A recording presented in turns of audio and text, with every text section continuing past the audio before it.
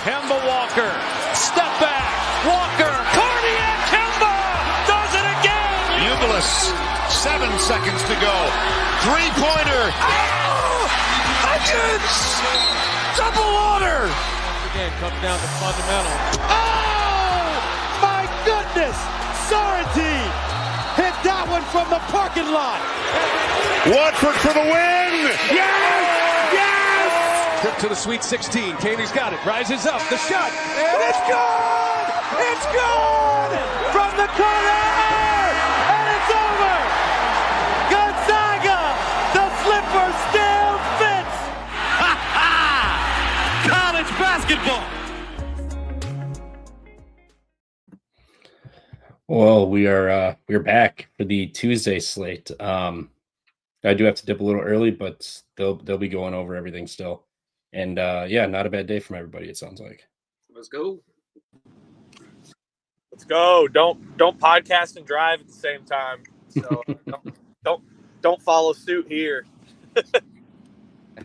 All right, we'll start off with some A10 VCU at Rhode Island. This game's going to be fun. I mean, it's some big A10 games. I know VCU's off the big win at St. Joe's, but St. Joe's could just never really pull it together late there.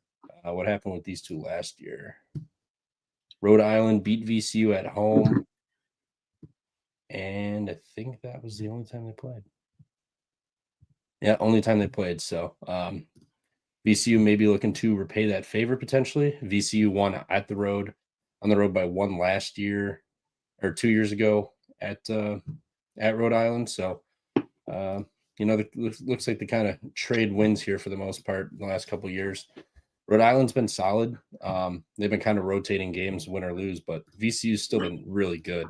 They did blow that game multiple times, but St. Joe's just blew it harder, not being able to close that game. If I had to pick, I would probably take VCU. I'm going to watch this game. I got no real strong conviction on it right now. Yeah, I like VCU in this spot. Laying the 6.5. I don't know if I want to bet it just because they're on a second of a back-to-back road spot here. Rhode Island is back-to-back home spot as well. They did just come off that overtime win against Davidson. So that's kind of also why I kind of had liked VCU, but I don't know if I'm wanting to bet this just on a back-to-back road spot for VCU. Is VCU at the Siegel Center? They're No, not. Rhode Island. It's at Rhode Island. Didn't think so. I will take the points. Give me Rhode Island. I think VCU is the much better team, but something's got to happen to this team where they don't cover one of these road spots. So I will lock up Archie Miller. They do have Bonaventure on the road too, or on deck. I mean, after that's at home, but they do have Bonnie's on deck, so that'll be a big one. And that's after that's after the Bonnies won too against VCU. So yeah, they're gonna be like, you know what? Give me the points with this one too. I'll take the points. I mean, all right. Like I said, I think VCU is the much better team, but I don't know. Something's got to happen where they blow one and maybe still win the game, but by 4 or 6. Yeah, I with you. And I didn't even notice that fucking spot there too. So yeah, I'm with you. Next, Vandy, Alabama. This one was a tough one. I was looking at some of these games earlier. You got both of them off big wins. Vandy stormed the court off of the Tennessee win at home. Bama shit the bed last time at home, but then followed up with a big road win at Kentucky. This was the number Alabama was laying at home when they lost outright to Ole Miss. So you think maybe they build off that Alabama game and come home, or Kentucky game, come home and stick it to Vandy, who's riding high after beating the in-state rival Tennessee there at home. I kind of like Alabama here. Laying the big spread. I think people are going to be drawn to all the points with Vandy, especially after beating Tennessee. But Alabama lost their last home game. War against Kentucky. I think maybe they come out and build on that last win. Yeah, Trevor, I got to agree with you here. I think, as I drive the nighttime home, almost home to get back to my normal setup, but you got to think Vanderbilt. They got to become Vanderbilt again, and Vanderbilt's got a gauntlet coming up, so they got to be able to compete against these teams. But this one sounds like Bama wins this by 12-13. I haven't bet this yet though, by the way, but I would have to side with you on the Tide. Yep, I'm with you guys on this one for sure. I'll always kind of fade the team that just beat a top 10 team and stormed the court. It's kind of a good letdown spot there, especially with them traveling on the road there. I think, Alabama laying 11.5. I honestly can see this being anywhere between a 15 to 20 point game. Could end up being a blowout.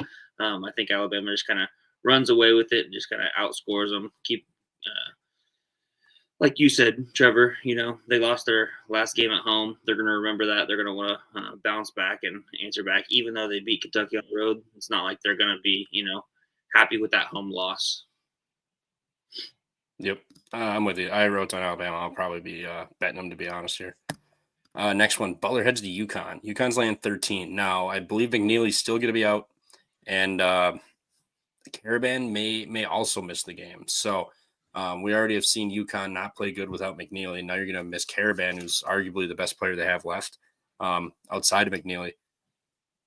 UConn off the loss, though, at home. I think Butler covers this game, but I think UConn wins by like 9 or 10. You're not betting this. I know you're not. I know. I'm eyeballing it. I mean, man, this is a You're good gonna bet spot Butler? for Butler.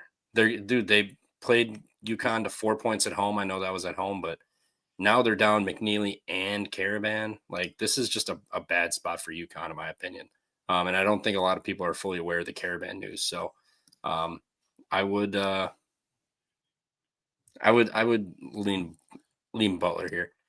Crutch, we went over VCU, Rhode Island. We were all on Rhode Island, and then Vandy, Alabama, and we're all on Alabama. I don't think we've bet them yet, but those are the sides we're on so far. This is game 3. Crutch, I only bet Rhode Island. Haven't bet Bama yet, but lean that way. I'm staying off this game, guys. You guys can talk about this. UConn has been an absolute letdown. But you know the Pump Fake Pod stance on Butler this year specifically, especially at home. But they randomly have been covering these stupid, weird games. So I'm going to sit this one out, and I will probably bet this maybe before the tip-off. Got to see what that news looks like. But if I see Butler catching some steam before the tip, that's my angle with taking UConn. So, but I'm not betting Butler. Fuck no. They're on my DNB, and I'm sticking to that shit. Yep. I agree. I think I'll probably potentially go in on Butler just depending on that Caravan news. I know it's gonna be when I was looking at it, he said they were gonna be possibly like game time decision. So the fact that they'll be missing both of them, I think 13 is way too many points. Even though you're facing a Butler team, but I'm not betting it now, just on the offhand chance that Caravan plays and UConn could roll. So we'll see. This is a wait and see what happens. Kind of like Huff was saying, right before tip, maybe you might bet it, but who knows? I'll probably end up staying off of it just with the injury news and with just how bad Butler has been, but also like how they can get up in certain spots too. So again, I can't bet Butler games, but maybe I'll break my rule for this one. I mean, last time they played UConn, I bet it and they covered. So I mean, I'm like one of my last 40 betting Butler. So there's that. Next, Texas Tech heads to Cincy. JT Toppin did roll his ankle, and he was sick, and he lost like 10 pounds before last game, and then rolled his ankle. So this is an interesting spot. I still think I'm going to lay with Texas Tech. I like McCaslin over Wes Miller, and Cincinnati's just been awful. I know they've won 2 games back-to-back. That might be why they're getting a little bit of love here with the short spread at home, but I still don't believe in the Cincinnati team. I know they need wins, but Texas Tech is the better team, and I think we're getting a shorter line just because of the potential JT Toppin injury news. But still like Elijah Hawkins. He's been balling out, doing his thing. Texas Tech at a short number. I like that spot for Texas Tech. I mean, Cincinnati could put up 55 and lose by 15. I mean, it could easily be 62-55. Yeah, I think this number is pretty short. I was kind of surprised to see it like kind of fall where it was. I thought maybe Tech would be a little bit of like the 2.5 or 3. It But opened 1.5. 1.5. So I like Texas Tech. I don't want to just overthink this and then end up trying to like bet Cincinnati because I'm trying to like force myself into thinking that Cincinnati's the side. I just think Texas Tech all around is the better team. Cincinnati's got a good defense, but so does Texas Tech, and Texas Tech's offense is far superior to that of Cincinnati's. Cincinnati on that 2-game win streak haven't really played, probably the bottom tier of the Big 12 this year. So I like Texas Tech, and this will definitely be a bet for me. I'll lay it with Texas Tech here. No. Give me the worst team on the home spot, short spread. I expected that spread. I mean, you're worried about a 1.5. I expect that to be a little higher. But the road favorite is a little telling.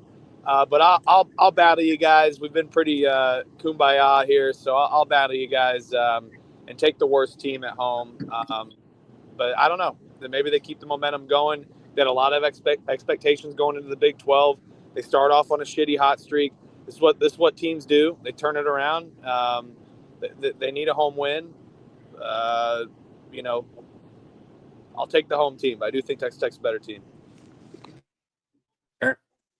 Next, real quick, just shitty ACC. Boston College has Virginia. I think Virginia clamps down and wins this game like 62 to like 50. I think this game's disgusting. I would lay it with Virginia over Boston College 100%. Both are awful, but I will take the team that actually clamps on defense and can play defense versus the other team that doesn't play defense and their offense is pretty horrendous. So give me like a 62-50 Virginia win. Yeah, I mean, probably with you there. I'm not betting this, but probably with you on Virginia. I'd say the under, but seeing those 120 unders, it's always tough. But seeing that total with an 8.5 spread, it definitely is telling. I'll write down Virginia and possibly bet them, but not right now while I'm driving. Yeah, no, I'm definitely not betting this. I just don't feel comfortable betting a Virginia team lane 8. But I think that's definitely the right side. If I were going to bet anything on this, it would definitely be the under. I think that score prediction that you've got, like that 62-50, 62-57 type of a game, something along those lines, is going to be kind of where it will land. So I like that. That's like 117, 118. So that gives us like a 6.5, 7-point window to get that under. So if I'm going to bet it, anything in this game it's going to be the under 125. But I do agree. Virginia -8. Both of them are on terrible losing streaks. Virginia at home, Boston College offense is terrible.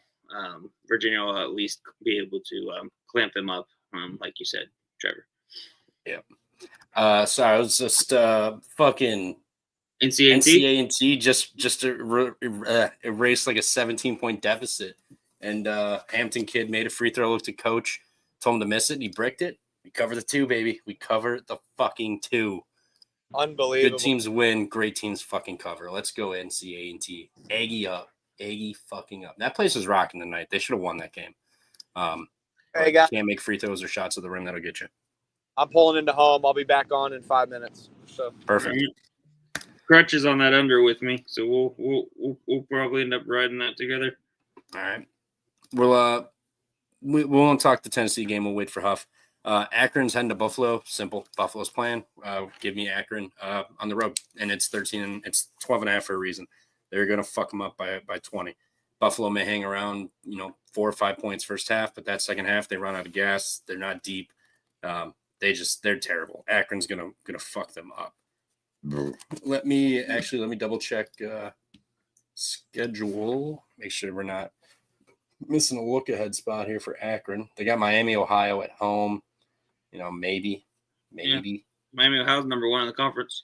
Yeah, that could be an issue. But I think even if they half-ass this, I still think they can win by 15. Buffalo is terrible, and Buffalo just won against Western Michigan, so they just got a road win. Now they're going to head home and play Akron. I think it's a buzzsaw area. I think they're going to lose by 15 plus tomorrow. So give me Akron 12.5, and they're also part of the ATM club. So let's fucking get her done. Go zip them up. Yeah, I think my biggest angle and takeaway of this is Buffalo just fresh off of a road victory where they won outright by 9. So I think that they definitely fade back to the mean in that regard. So I am confident in laying the Akron minus 12.5. I think they probably end up winning by 20. Anytime you can get a Buffalo team off of a win, I think that's a good place to fade them. Akron is off that, get up spot with Ohio. They played really well, but I just think really they just keep riding that momentum and roll that in here to Buffalo. Buffalo's obviously not going to play very, very good defense. Their 3-point defense is not the greatest either, which is going to be a problem for an Akron team that likes to average about 11.5, 12 threes a game. So I look for Akron to, pick up the pace, just run Buffalo out of the gym, and end up winning by 20 plus. Yep. Hasty's saying it's 13.5. I made these like about an hour ago, so I'm seeing 13 on Bovada. DraftKings has 13.5. DraftKings. Oh, I have to refresh my page. I was gonna say it's still 12.5. 13.5 minus 105 is what I'm seeing. I'd play it all the way up to probably 15. I would probably cap it at 14. But 14, 15, what's the difference at that point, really? 14, 15 is probably the max I would play, but they're going to fuck them up. Like I said, if you really want to be sharp, you could play Buffalo first half. I think that's the better look than full game. They're going to run out of gas eventually. It's just what they do. So next, Huff hates his team. We'll talk it. Bradley's -2 at Belmont. Belmont, get up game at home. Bradley's been rolling. But we're not laying a margin with Bradley or Belmont here. Is this another spot potentially for them? It's essentially a new team. So how many of them are really going to remember the Bradley skull fucking they got last year by 23 points on the road? I kind of like Bradley here, just because sorry, not Bradley. Belmont. They've been playing really good. Murray State's on deck, but this is a big get-up game at home. If you want to get back into the race for the Missouri Valley, you can't drop this game to Bradley and put them at 8-1, and then you go to 6-3. That'll really hurt your chances here. So I like Belmont +2. I think if you're just playing the 2, you might as well play them live or money line. Now, granted, if I did that tonight with NCAA, I'd be pissed off. I just didn't take the 2 points. If you can get like +120 or so with Belmont on the money line, I'd like that. Otherwise, maybe just play the 2 points. I'm going to write it down. I do like this spot for Belmont. Feeling good, playing better, and this is a big game. If they lose to Bradley, they can pretty much kind of wrap up the season, because other than Drake, I don't really see it. Unless Bradley just shits the bed, I don't see a spot where they're going to really trip up here.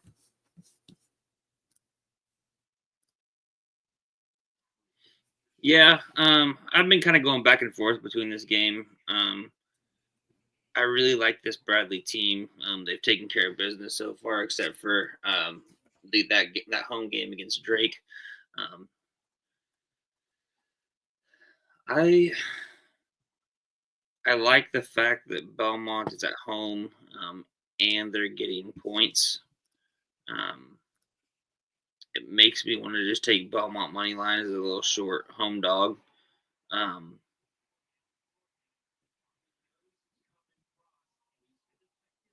But I'm gonna go with the better team here. I'm gonna pick Bradley. I'm gonna go Bradley. I'll lay the 2. I think they take care of business. they're a talented team. I think they're definitely balanced. Whereas Belmont, they've relied heavily on their offense, and their defense is kind of non-existent, pretty shoddy. So I'll take the more balanced team. We'll take the team that has a good offense and can also play good defense. So I'll battle you here, and I'll go Bradley -2, and I'll just take the -2. Bradley shoots free throws really well, so down the stretch, I think they can push that up to 3, 4, 5, something like that. So I'll battle here. Yeah. All right, let's battle. I'm not necessarily betting this. I just like the spot for Belmont here. He is not back yet. What game should we dabble on that he probably won't like? Go up to. We can just talk about this. I don't know what you have, but the Dayton Duquesne game. We can just talk about that. Take it away. What you got? Yeah. So let me get the line for you real quick. Dayton's laying 4 on the road, over under 133. Yep. So kind of an interesting line to me because Dayton right now 2-3 in conference. Duquesne 4-1 in conference. So you got a team that's 4-1 in conference versus a team that's 2-3 in conference. The home team 4-1 is getting 4.5 points. I think the line's kind of telling you that Dayton's gonna get up here and take care of business. They barely survived against Little Chicago and almost dropped 4 straight there in the conference. I tend to like the Dayton side on this game and land the 4, but Duquesne's been playing a hell of a lot better. So that's my only concern with this. I just feel like looking at the spot itself, or not really the spot, looking at the line itself, the line is telling me I should probably bet Dayton. But interested to see what you guys had any thoughts on the game. Didn't Duquesne just win too? Yeah, they beat Bonnie's at home. Now they got another home game. Mm-hmm. I think they could potentially just roll this into a big win. I mean, at home they've been really, really fucking good this year. UC Irvine they beat by 16. Rhode Island they beat by 12. St. Joe's they won in overtime by 4. Bonaventure also at home they won. Their home losses were Maine and St. Peter's and Milwaukee. So I mean, like kind of Lipscomb, I guess, to start the year. But after the first say 10 games or so, those home games have not been easy and they've got them done. So I think Duquesne gets up here again, and then I think the spot to fade them is when they head to Fordham in an absolute sleepy spot with St. Joe's on deck after that too. So I think they get a big win or play tough here at least tomorrow to keep this a 1-possession game, and then struggle at Fordham before they go to St. Joe's. I'll take Dayton. No bet. What did you guys talk about any games while I was gone or no? Yeah, we were just jumping around. We just did the Belmont game and then this one. What's the Belmont spread? Belmont is catching 2 at home to Bradley. We're battling on it. What do you mean? Oh, you guys both are battling on it? Mm-hmm. I need to do some research on that. I'll take Dayton. No bet. This Duquesne team has been playing fire, but didn't they just storm the court? Duquesne did. I didn't watch it, so I'm not sure. Against Bonaventure? Yeah. Oh, I don't know. I'll take Dayton. No bet though. It just this Dayton team's really been unimpressive, but I feel like it's a buy low spot for Dayton here. The other thing I wanted to look at on that game is I wanted to see Posh Alexander. Because he was out again on Saturday. If anything, I wouldn't bet this until I kind of know his status. That would be, if I was going to bet Dayton and lock it in as a bet, I would definitely want to know his status. So it would definitely be a bet before tip, like an hour or so before tip, when I've got the injury news or when I can find out if he's warming up or not. I mean, like I said, I think it's a buy low spot. This Duquesne team is coming in hot. I don't think they roll it over. But the 4 is a gross line to lay on the road. But I think Dayton needs to come in and get one after dropping 3 straight, squeaking out one by Loyola Chicago, and this is an inferior team for them offensively wise. Three wins in a row. They definitely are hot. So yeah, I'll write down Dayton. Fair. That's a battle. I'm not necessarily betting it, but kind of like it. And then for the games you already talked about, I'm on URI, Alabama, Cincy. The only one I bet so far is URI right now. But that's it. 5-0-1 day, though. Or 5-0 day. 2 money line parlays. Shout out TC for one of them.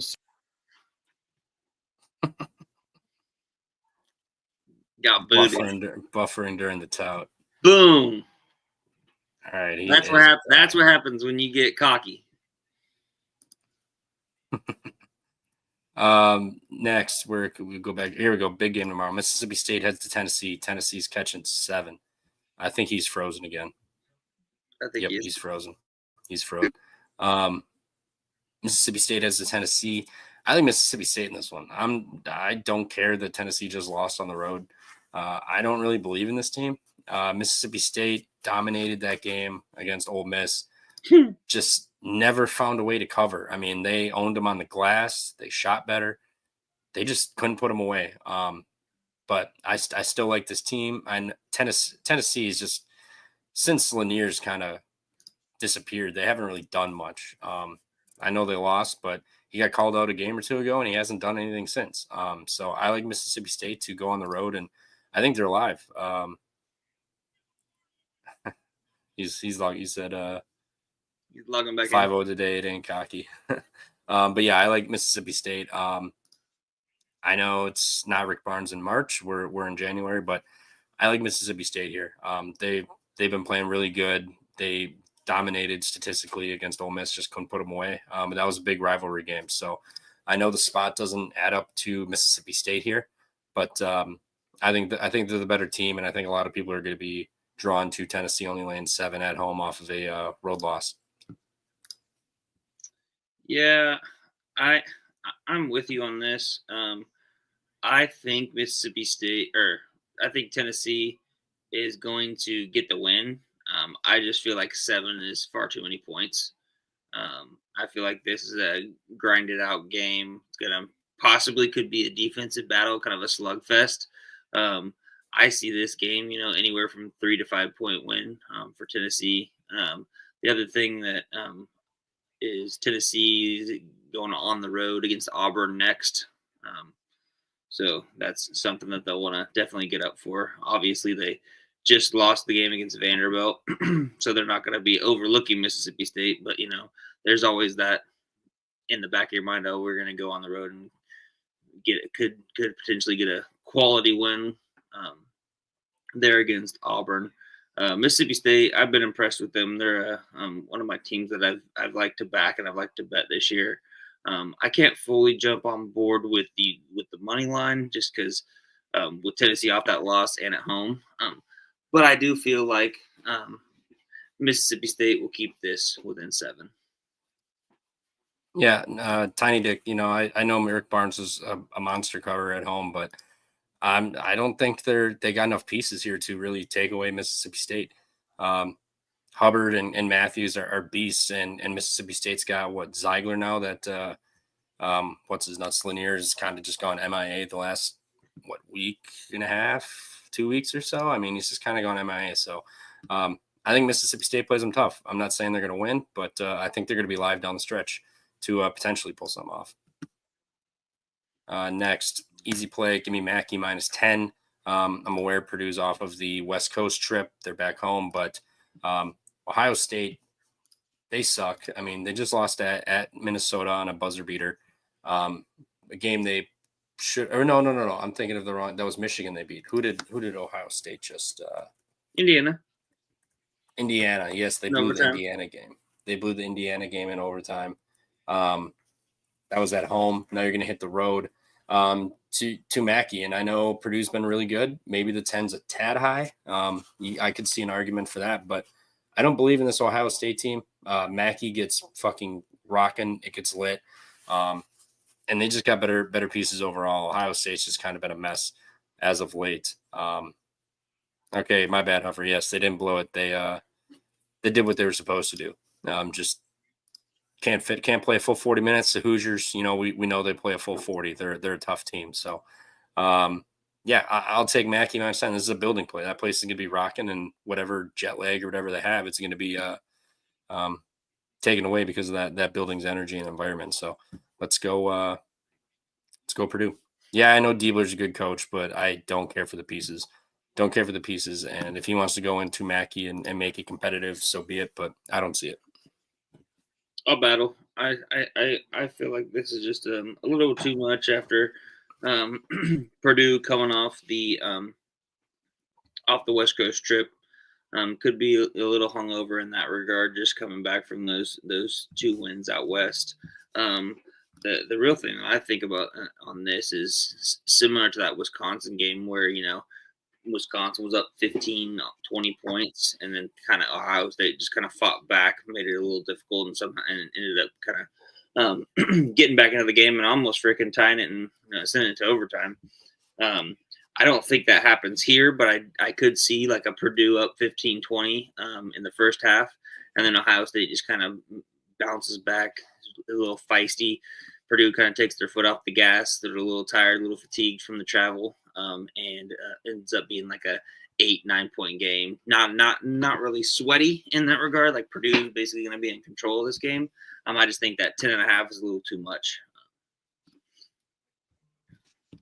Yeah, we'll battle. I have no problem. If this was at Ohio State, it's definitely too many. Even if they were laying 8 or 7, I think would be too many for them. But I think Mackey's just going to take over and just give them that boost they need. They're at home against Michigan next, so maybe you could argue that's a Friday night game. That'll be fun. Could argue maybe it's a little bit of a look ahead. They're kind of just going to coast to win this by 4 or 5 late, but Purdue at home is just a different animal.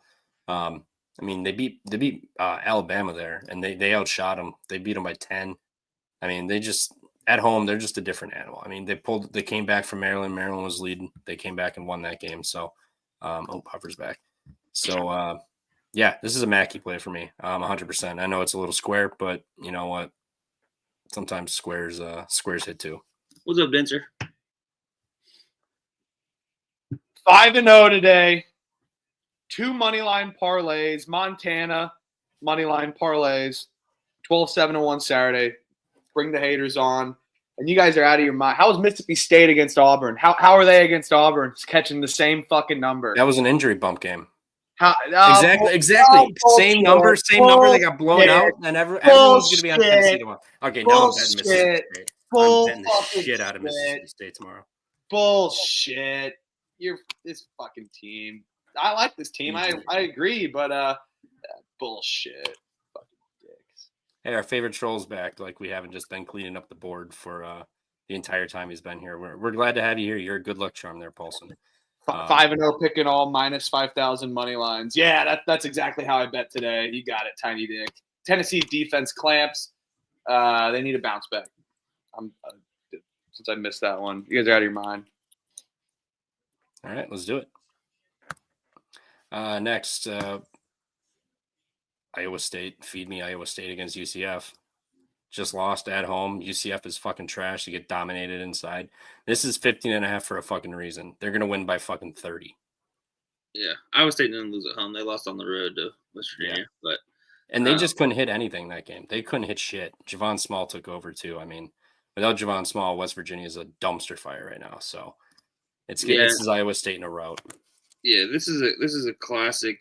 Iowa State off the loss, coming back, and then the other thing too is UCF put up a valiant effort against a Houston team. Going to get out. They got out physical.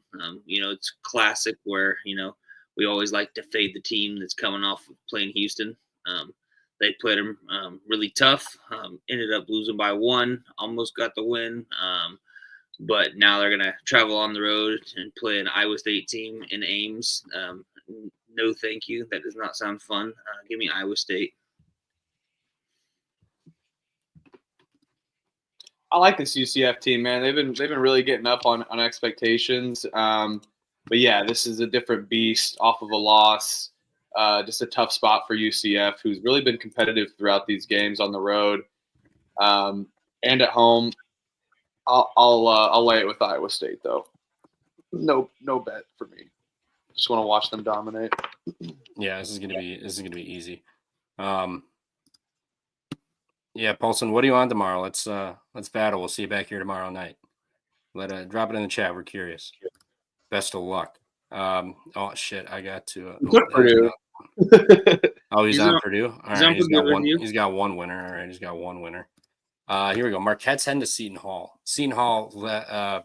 I got the injury news that Adewusu and Tomi or whatever the hell was out for Seton Hall. So I cashed out and went to St. John's, and that was a sweat-free cover. Tomi was sick, I believe, and then Adewusu had a foot injury. So if Adewusu is out, I will be on Marquette, even though they are laying 12.5 on the road. They did just lose outright. I believe were they laying the same number, 10 or so? Again, yeah, it was 10. It was 10 against Xavier. I think they're going to come out and fuck them up. I think tomorrow's kind of a fairly square day. I mean, everything I like is mainly favorites. If Adewusu does play, I'll probably take Seton Hall, but I feel like this is a game Marquette just comes out and just doesn't fuck around. I know it's Shaka Smart is a double-digit favorite, and he's on the road.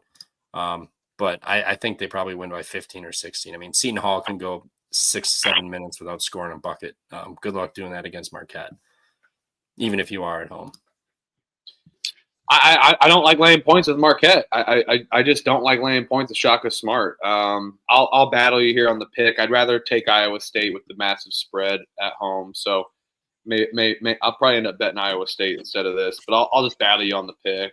I'm not putting my hard-earned cash on Seton Hall. I'd rather do that on these mid-major games that we've skipped. No, we did talk Akron Buffalo. You got to get out of here. You got bigger and better things to do than hang with us. So we'll go back and pick up the real games. Yeah, pick up. Hey, we did. Hey, what do you? Akron's laying 12.5 or 13.5 now at Buffalo. That was another one we talked about. I forgot. Did you guys take Buffalo or Akron? Are you kidding me? They're on the ATM list. No, I'm on Akron. Akron's been covering the number a little too much, but that's one MAC I think I'm going to stay away from. But yeah, I took Akron. I took Akron just because I'm fading Buffalo off the they won 9-point win on the road when they were 10-point underdogs. Yeah, that's fucking Western Michigan though. But yeah, I guess you guys are probably right. So still, it's Western Michigan, but shit, Western Michigan was laying 9. Yeah. Akron does have Miami, Ohio on deck. You guys take Western Michigan -9. That's an issue. I'll say that. I laid off. I wanted to, but I laid off. I was like, I did. Had too many. Can we just say that the Jay Wright assistants maybe not be into fruition? This is a Jay Wright assistant coaching Buffalo. Halkovich. The Jay Wright assistants? I mean, one of them was you got Billy Lang, you got Kyle Neptune. Lang. You have Pat Chambers. I'll say Pat Chambers damn near the best. But outside of that, you got Keith Ergo, Halkovich, Adam Fisher, Baker Dunleavy. Like, I mean, I'm just saying it's not that like Mike's brother. It's not a great assistant coach tree, is what I'll say. But is Baker Mike's brother? I don't know. Probably. They all look the same. He kind of looks like a Dunleavy for sure. Yeah, so I'm probably going to lay up this Marquette game, but he's brother of Mike Dunleavy Jr. Baker, he's now like the GM or something for Villanova, isn't he? Yeah. He's like an operational guy now. Yeah, because he couldn't coach. Next one. Give me Wake Forest. North Carolina. I know they just lost, but this is the game Wake Forest has had circled. They were trying to give the game away to Vatek. Vatek just shit the bed and just didn't make buckets down the stretch. So, I mean, I guess they were due to catch an L or not cover for once. But this is a game Wake Forest has had circled. They're favored for a reason. They're going to get this done. Now, if this flips over to them catching points tomorrow, I'm going to be pissed. But I'm on Wake Forest minus 115 tomorrow. I think they're going to get a huge win. This is a big game. Kind of help turn their season around. I know the ACC hasn't been fucking good whatsoever this year outside of Duke, and you could argue Clemson, but Wake Forest can really build something here. They have Duke on deck. I think they know they're not going to win that game, no matter what. I think they know they can get this North Carolina team, and I don't know. I just like Wake.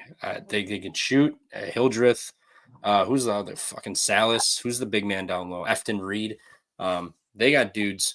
So I think they can bang with them. I think they're going to score. We know North Carolina doesn't play any defense whatsoever. So this will be a tight game coming down the stretch, and I'm going to trust the team that plays an ounce better of defense and their home too. So I think Forbes and company pick up a big win here before they get throttled by Duke. Yeah, I'm actually with you here. I'll take Wake money line on the short number.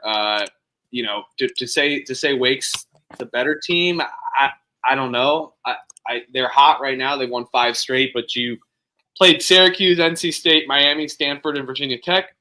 They just haven't really been as competitive as much against these upper teams. Only beating Minnesota by 6. You beat Michigan early on in the season, but when you go on the road against Xavier, Florida, A&M, get your break speed off, Clemson. I'm kind of with you.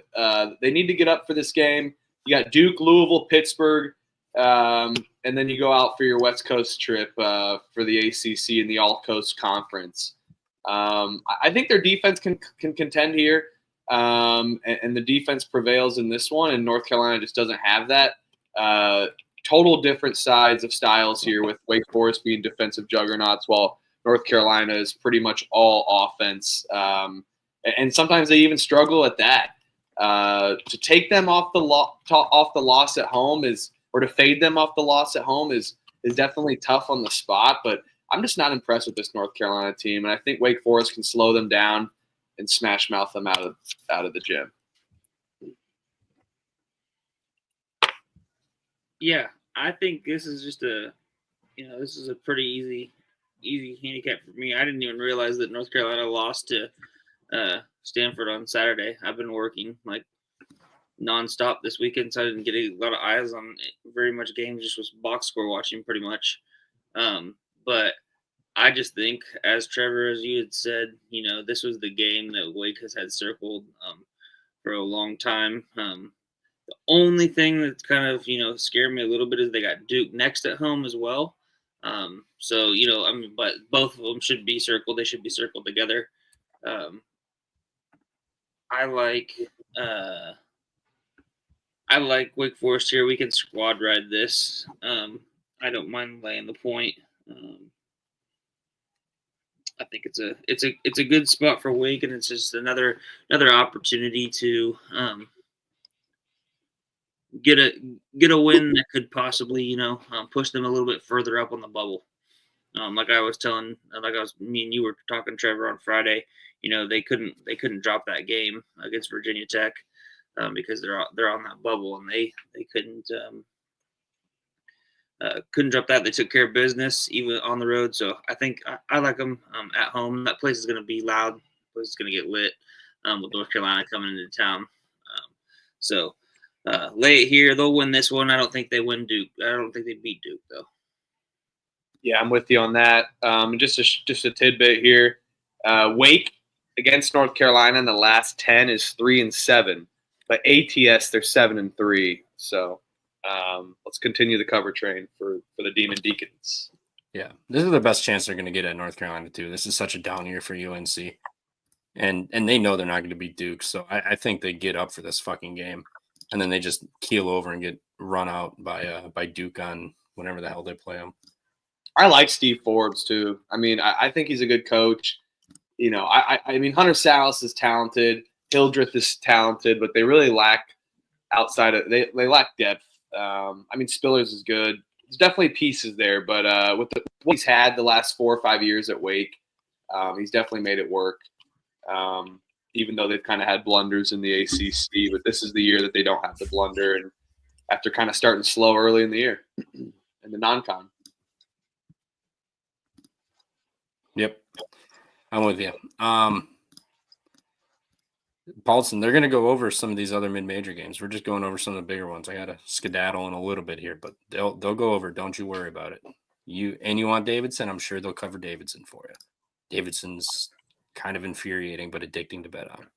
They pushed on fucking Saturday, those fuckers. For you? Yeah, for me. I didn't bet it till the next day. Sorry to be. I didn't want to lay the juice. No, you're good. I just didn't want to lay the juice there, but yeah. No, you're good. Wisconsin, figure it out. Dear God, you guys allow drunk driving, but you can't be legal sports betting. Come on. Yeah, I know, it's fucking stupid. Good practice. Louisville heads to. I spelled Louisville wrong. Oopsies. Louisville heads to SMU. SMU. You spelled it like how they say it. Louisville. It's They say Louisville. Louisville. No, they say Louisville down there. Up here we call it Louisville. No, it's Louisville. Trust me. Potato, Louisville. That's how they say it down there. Louisville. SMU's laying 1.5. I think this is a game Louisville drops. Louisville's been playing really fucking Dogs good. are barking.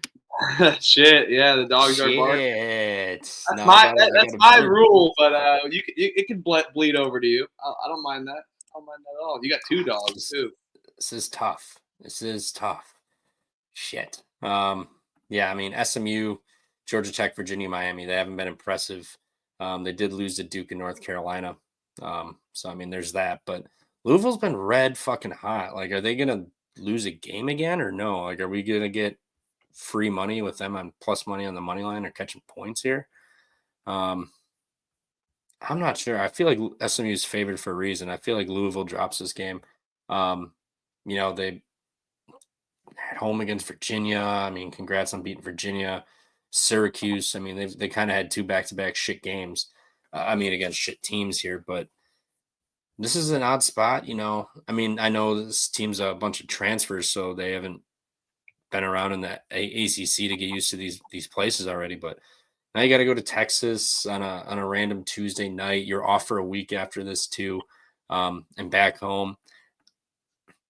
I kind of like SMU here. I don't like it enough to bet this game, but something doesn't sit right with me. Louisville catching points. Like if they were laying 1.5, I would probably think they get this done. But I feel like they're offering you plus money because they want you to take it. I feel like SMU gets this done. Forget what the books are doing. Forget all that nonsense. Fuck them. They've won 8 straight. It's got to end. You're 7-1 in ACC play after losing your first one, but that was Duke. You've won 8 straight, and then you got Wake, Georgia Tech, Boston College, Miami, and NC State, Notre Dame, Florida State, Virginia Tech. They might not lose a game in February. They're going to have to lose one. I'll take this one to be SMU on the win at home. Only thing that scares me about it is SMU just put up 117 points.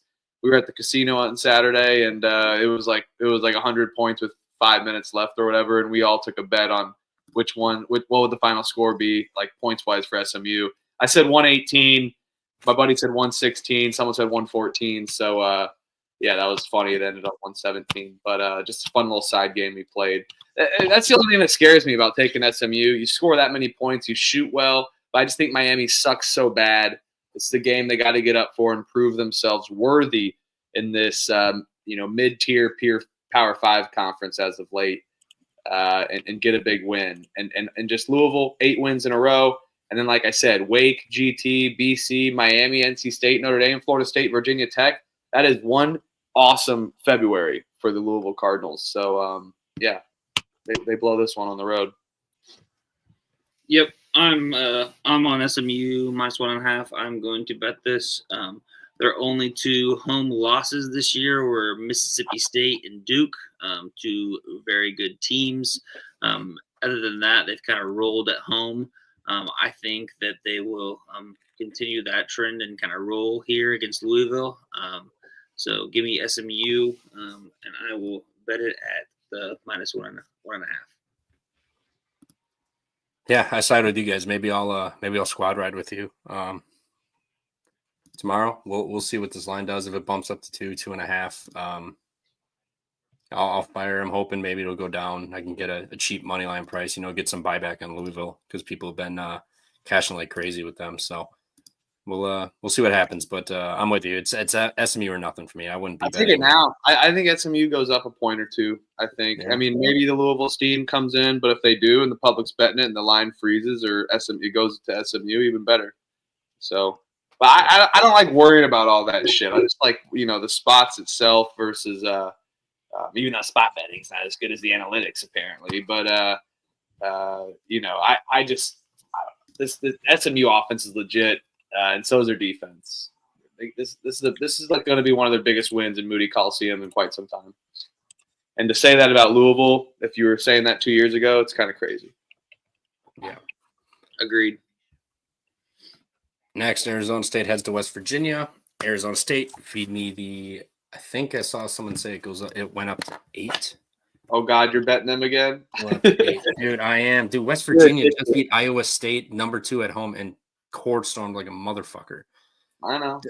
Arizona State has got to get one of these games. I'm playing the 8. I'm probably going to sprinkle it on that money line too.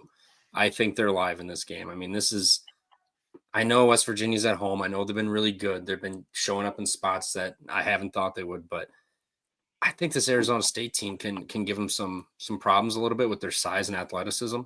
And West Virginia doesn't play a deep bench, and they just beat Iowa State at home when Iowa State had an all-time bad shooting game.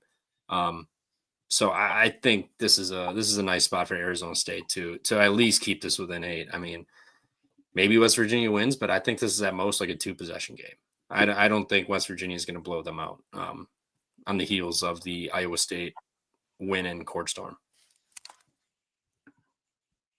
Yeah, I am going to be on Arizona State plus the 8 as well. I think a short rotation for West Virginia after an all-out max effort game on Saturday. Quick turnaround to get a couple days, and then you turn around and play Arizona State. I also think that this plays in well too. Usually, I don't like backing the team that's going into West Virginia. It's a tough place to travel to, Morgantown. But they were already at Cincinnati on Saturday. So hop, skip, and a jump over to Morgantown. They're already out east, so they're kind of adjusted to that to that time zone. I think that they're able to hang in there with the give me the plus 8. I'm not going to sprinkle the money line. I don't think that they are on a 4-game losing streak. So I think they're gonna get up, play hard against the team that exhausted a lot of energy against Iowa State, and obviously off that court storming as well. So I will take Arizona State plus the 8, and that's it. I'll battle you guys. I'm not betting this though. I think it's too many points. But I don't like taking this Arizona State team anymore. But they have lost 4 in a row, so I do like their spot of getting up for a game. They just really haven't looked competitive, and just when they are competitive, they randomly blow these spots or blow a lead. Or if they're down like only 2 or 3, then they just blow a short game. So no bet for me here on this one. As I'll take West Virginia. I just don't want to bet them either off the court storm either. Yeah. Looks like Coach is going to battle. He likes. You're not impressed with Sultan's run? Sultan's run's a great course for a public. Are you kidding me? Out of your mind. Also, Z Paulson. Fuck you, dude. Fuck you, Z Paulson. Kiss my ass. 34.3. That's how many 34.3. That's how many bets I have on a Saturday. So, even though it's bad for Vegas. Go ahead. Keep going. So you got to get out of here. Arizona 9.5 at Oklahoma State. Are we really gonna? I mean, Arizona's been hot. Oklahoma State is terrible. Like, I know it's a big number on the road, but Stillwater is never jumping. That place is terrible. Arizona has Colorado on deck at home, so not a look ahead. They are off a loss. I forgot they lost that Texas Tech game. Totally spaced on that. But Oklahoma State's terrible. Like, what are we doing? Like, they could score if they scored 65 on this Arizona defense. I'd be impressed, but I think it's going to be like 62-75. something like that. I mean, I don't think Oklahoma State's going to be too competitive. I think this total is ridiculously high for how slow and ineffective Oklahoma State likes to play. I know Arizona's defense isn't lights out, but Oklahoma State's offense is even worse. I think Arizona can just run it up on them, no problem. Especially after that Texas Tech loss, I forgot about. This has got like 75-62, something like that on it. I don't think Oklahoma State's going to do much here. They're too putrid and play too slow to keep themselves in the game against Arizona. They actually play kind of fast. They're just not efficient. Oklahoma State. They got Steve Lutz this year from Western Kentucky, so they kind of play with that style that Western Kentucky played with. No, they are playing pretty fast in conference play. Fourth fastest tempo or possession length in conference play. Dude, I mean, I have not watched them much outside of score. Their average possession length is 49th in the country for fastest in the country. Shows you how much Oklahoma State I lost. I score watch, and I'm like, geez, do you play that fast and you're putting up 62, 50 points? 69 points. Like how? It's just that offense is abysmal. They do play pretty well at home, though.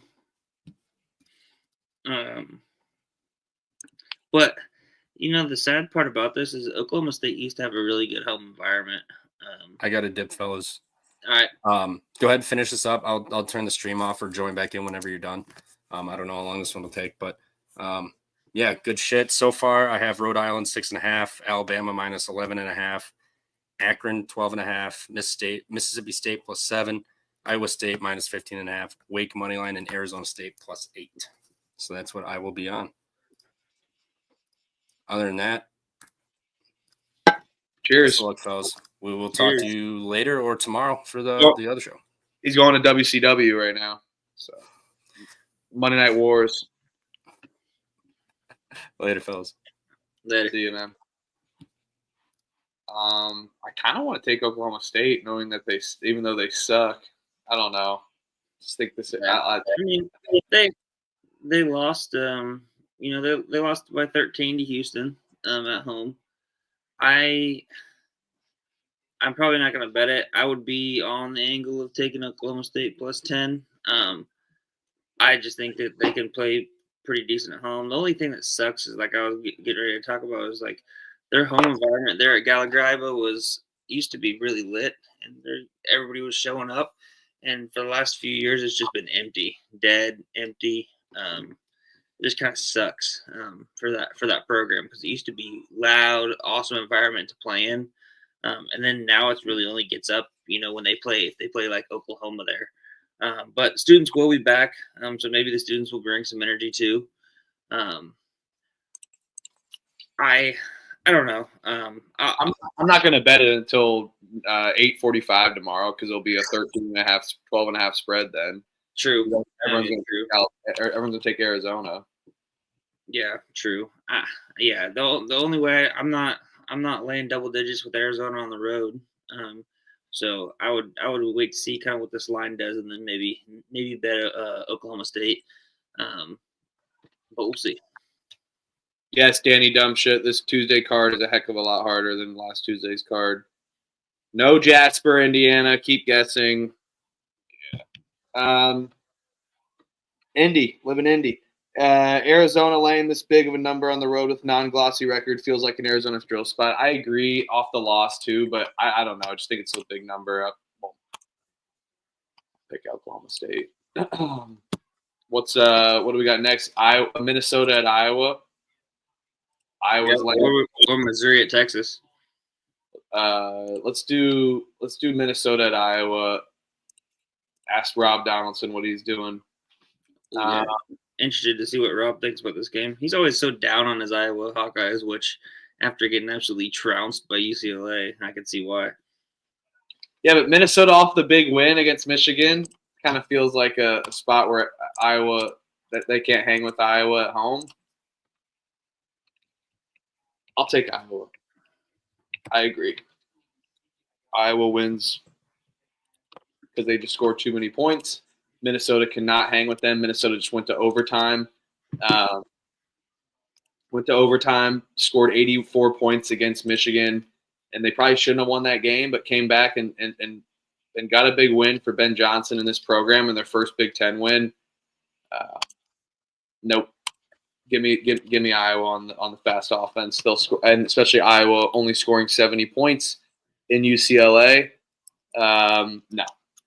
Yeah, I think Iowa at home, they're going to be able to push the pace, push the tempo, kind of dictate the pace.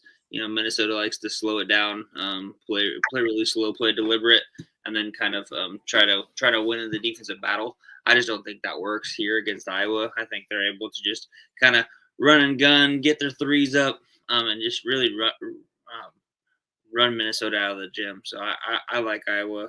It's not like Minnesota's going to go in and control the pace and Carver Hawkeye. I don't think it's possible from a slow pace slug team like that. We have a similar cap there. Yeah, I would lay it with Iowa minus 9.5 is what I'm seeing. That'll go up. That'll go up too. I guarantee. Just like the Arizona spread, I guarantee that goes up. Maybe not as much, or maybe as much as the Arizona spread, or a little more than the Arizona spread. But yeah, I'll take the Hawkeyes right now. You want to go ahead and lead off Missouri, Texas? I'm going to refill my drink. Texas laying 2.5 in Austin, or 2 points. Yep, I'm seeing 2.5. Shop around. A couple different things. Missouri is fresh off the ass whooping of Arkansas at home on a 4-game win streak right now. Texas off of the Florida loss, 24-point loss to Florida. I like to play Texas on the short spread here. I will lay Texas -2. Missouri, the last time they were out on the road, I feel like they beat Florida, which is hell of a win. But can you repeat that multiple times? I just don't see it. Texas, right now sit at 1-4 in conference.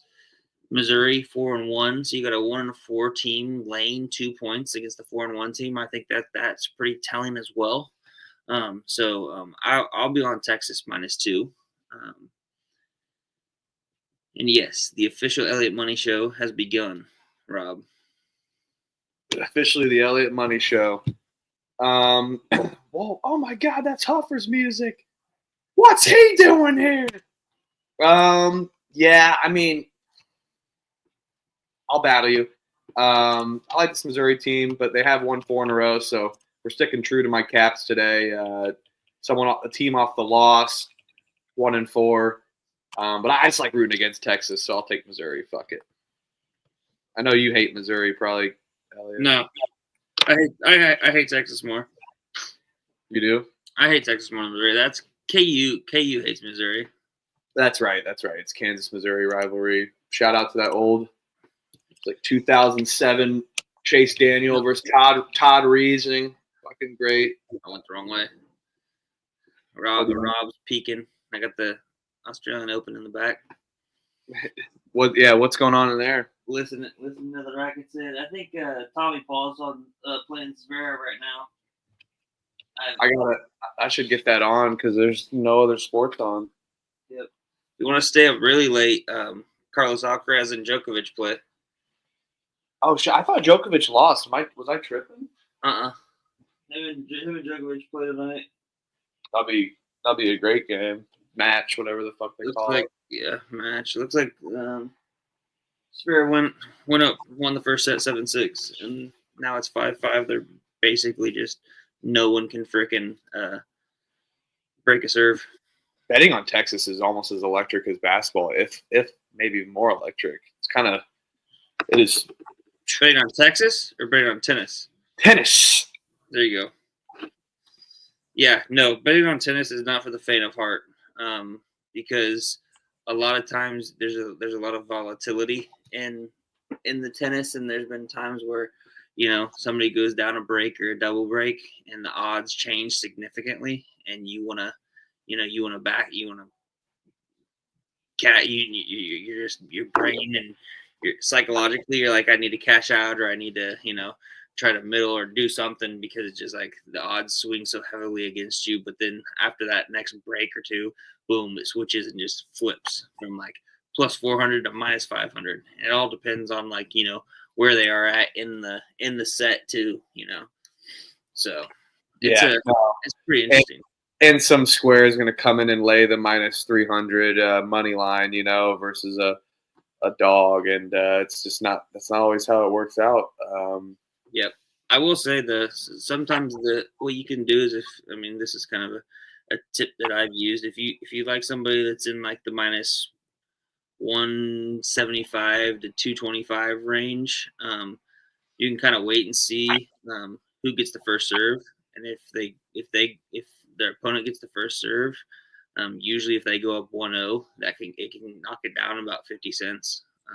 Or you just bet on their sets, or on the set for the game, or you bet per game on if who's serving. Damn near. I know sometimes it gets juiced, but yeah, no, for sure you can do that.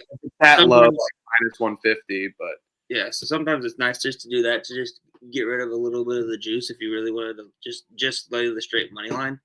And they go up 1-0. Sometimes you can you can even greet it at times and see if they can go up like 2-1 or 3-2, or even if you get to like 4-3, because the closer it gets to 6, or closer it gets to the set point, the less that odd's going to drop, especially if they still got it. They still got the lead, but yeah. Well, forget the top spin pod. We'll do the pump fake pod. I'll battle you on Missouri. I think this Missouri team, they just keep surprising me. They find a way to win games. I like Dennis Gates. They're good, man. I think they're legit. I had them as my sleeper last year preseason for the pump fake pod, and they didn't come to fruition with all their transfers. But after playing with a year under each other and getting the pieces together, they're finding ways to win. What's the total on this game too? Total I have is 148.5. Yeah, I'd even maybe take the over, maybe for Missouri's team total. They've been able to score 80-plus points consistently, especially in the SEC. And I think Missouri's turnover differential can win this game. Texas doesn't really turn the ball over, so they'll have a task. They'll have a daunting task for them. But this game's gonna be won in the backcourt. Not really many rebound spots here for Texas or Missouri. This will be a fun watch, I hope. But yeah, a lot of short spreads for these home teams on a Tuesday. I know Missouri beat Florida on the road, but other than that, really, they didn't really. There was a stretch where they like a month and a half that they didn't play an away game. They're 1-2 on the road, 1-3 you could say with the loss to Illinois on the neutral. So they did get up and beat Florida, but I just don't know if I like to back Missouri in a spot where they haven't been great on the road, despite that one great get up spot against Florida. They played LSU, Vanderbilt. They kicked Arkansas's ass. That's not impressive. They did beat Kansas at home though, and outside their non-con, really haven't had anyone. They played Illinois tough. I think it's definitely. I'm just not. I hate Texas, so yep. Nope, I get it. Let's see where we at here. Let's get to Creighton is laying 6 against DePaul. Oh my God! DePaul off the Georgetown win to break their streak. Well, Creighton's off a road win too against UConn. I know, against UConn, and they've won 3. They've won 3 straight too. Which one do we fade?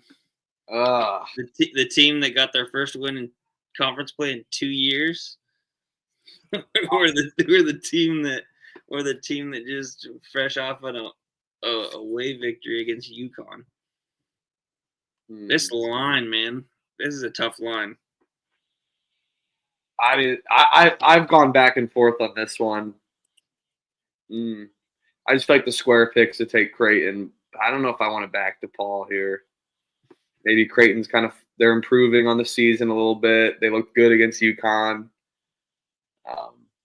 And DePaul really likes to chuck the three, and Creighton defends the three. One of the best 3-point defense teams in the country. Definitely a quad 1 tier defense. I'll take Creighton. Yeah, I think this is a game where I think I tend to look at the over.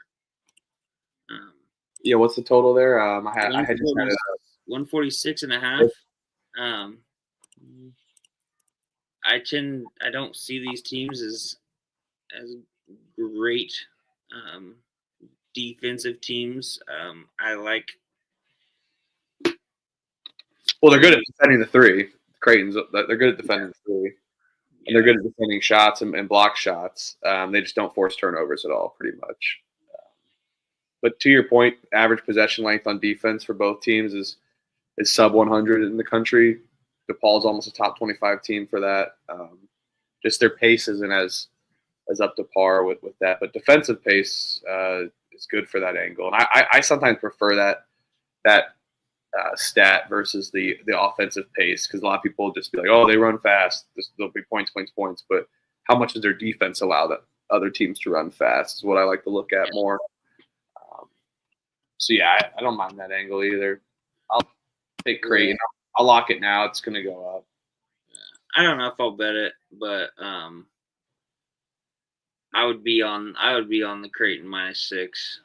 I think the letdown is the team that celebrated winning their first freaking conference win in 2 years. I think that's a bigger letdown than Creighton. Well, they go to OT against Providence. They don't cover this number. They just and they got up for the Marquette game. I kind of expect there to be a little more fans at Wintrust Arena than there have been in the past too. I expect a little more fans, just like that Marquette game they almost won. And I think this is Creighton though, just in terms of resume, they don't want to drop this game. They're 12-6 right now, 5-2 in the conference. You've got definitely some winnable games coming up. If you can finish this road trip 2-0, you got Seton Hall and Xavier at home, which would put them in a good spot where they would go back then and they go on the road to Villanova and Providence. So, that makes me like Creighton even more. I think they know they need to take care of business in this. So, especially with the win against UConn, as Rob was saying, I was just about to say that. With the win against UConn. Now, I think they're second in the Big East now. Yeah. They're I just exited out of the Creighton stats. Marquette's 6-1. It would just really depend on that game at Creighton against Marquette. And it's not like Creighton's got look-ahead spots. They got Seton Hall at home, Xavier at home. Exactly. And then they do their road stint, and then they got the Marquette Connecticut stretch, 2-1-2 at home. That's a good point, Rob. I like it. Yeah. I just think, in terms of conference and in terms of just, NCAA tournament, I think that this is a game that they can't afford to lose. Yep. All right. We're all aligned there. I'm probably gonna end up betting it. I'm gonna bet it right now. Yeah, I already did. All right. So we got UCLA's laying 2.5, 3.5. Shop around against Wisconsin. This game is on fucking Peacock. Oh my God. These games on Peacock. Fuck the Big Ten. Fucking pieces of shits and your stupid selling out of bullshit. Boycott Peacock. I'm not watching this game. It's also if you notice, if you pull up like your apps, like your whatever app you bet on, and you're watching a game on YouTube TV, Hulu Live, whatever streaming service that you have, you notice there's a little delay, obviously, right? But with Peacock, it triples the delay. It is so far behind. Watching that Illinois game, I just saw that they were down like 10, and I was like, this game's tied. What the fuck happened? They're down 10. I was like, oh my God, 3 minutes. It's like almost like a minute or two behind. Can you do decreased delayed recall like you They can don't have on that on YouTube TV? Peacock, dude. They don't have it on Peacock? We already talked about this. I have it on YouTube, but they don't have it on Peacock. They don't have it. The one time I hate Peacock because like I was like, ooh, this is a good live bet spot. Go to my app to bet it, and it's like 4 minutes or like 2 minutes later, and the team's already been on like a 7-0, 8-0 run, and now it's like totally a missed spot. Yep. I'll take UCLA here though. I think Wisconsin winning 7 in a row. They got one against the University of Spoiled Children. Now they're going to UCLA. I don't love this UCLA team. I hate Mick Cronin, but this sounds like the one that they have to do to get up for, because then they start their Pac-12 bid run against Washington, USC, and Oregon before going back and playing the OG Big Ten lineup. I think they get this one. Wisconsin's won 7 in a row. They've been hanging out in Cali for 4 or 5 days. They may be adjusted, but I would take Wisconsin if they ended up losing. If they lost to USC, since they've won 7 in a row. I like this. I think UCLA's defense is good. I'm worried about the foul situation here, just for how much Wisconsin gets to the line. And UCLA does have a decent. I mean, they do foul a bit. That's my only cap of being worried about UCLA. But it just seems like a good spot for them on the home turf, home court. And they force turnovers. They're an okay defensive team, a little better than Wisconsin. And this streak's got to end for Greg Gard. So. But Wisconsin's looking forward to their bullshit rival with Nebraska, their bullshit rivalry that they've made up with Nebraska. So let's UCLA. I'm on UCLA here too. I think the fact that they took care of business. I was on USC actually. I was on USC money line, and Wisconsin came up and freaking put the hammer down on them. I think that doesn't bode well for them here. You saw what another up-tempo offense in Iowa, what UCLA did to that offense. I think we get a similar effect here, where they're able to slow it down, control the pace. Defensively, they're able to stop Wisconsin from kind of running and scoring out like they usually have surprisingly done the last year and a half with their increased tempo that they've been doing. So I like UCLA in this spot. Yeah, and I mean, you got to think too. Like this UCLA team's pretty good. I mean, they beat Gonzaga, they beat Arizona, they beat Oregon already. They've been able to play good against these fast-paced teams, and normally Wisconsin is not a run and gun style offense, but they have been this year, changing up their styles, changing up the tempo a little bit. And I think UCLA absorbs that. So yeah. All right. We're just knocking out the big games, then we'll go back to the junk and the mid-major value. And thank you, Rob. Yes, Peacock it's like it's 2 minutes. I'm not even being overly dramatic about that. It's 2 minutes. I know I can be dramatic about this on the pod sometimes, but it is 2 minutes. It is. The mid-major games are not trash, by the way. Just so you know. Oh no, they're trash. You got to dive into them. I love trash. I'm a dumpster diver, baby. Come on now. This is where I make my money on these mid-major teams. I ate today. I saw the board like SpongeBob and Patrick looking at with the eyes on the X marks the spot of Patrick's or Mr. Krabs' treasure map. So give me that. What a reference. I will lock up a dog here, though. I'll take Colorado. I think this BYU team, a little fool's gold. I know Colorado stinks, but on the home spot here, it's not like BYU's worried about this elevation. But, you blow that game against Utah. You play good against Oklahoma State. Whoop-de-doo. Just this team's not that good on the road. So I will I know they're the better team probably than Colorado. They got to come out and shoot the ball hot because they just have not been in Big 12 play. But it's kind of what they did last year. played with their food a little bit in the Big 12. They made the tournament, but they just kind of would play with their food with these games. And then when they went on the road last year, they laid the same number against Oklahoma State, lost by 10 outright. They lost Kansas State by 10 last year as well, too, on the road. They weren't competitive on the road last year either. So I will take the points with Colorado here. I don't love it. Don't think they're a great team. They're obviously 0-6 in the Big 12, but something's got to change. I'm not saying they win outright, but I'll take the points in case they do. Yeah. We've been all over BYU lately, but Mhm. we love them. But it's time for me to battle that.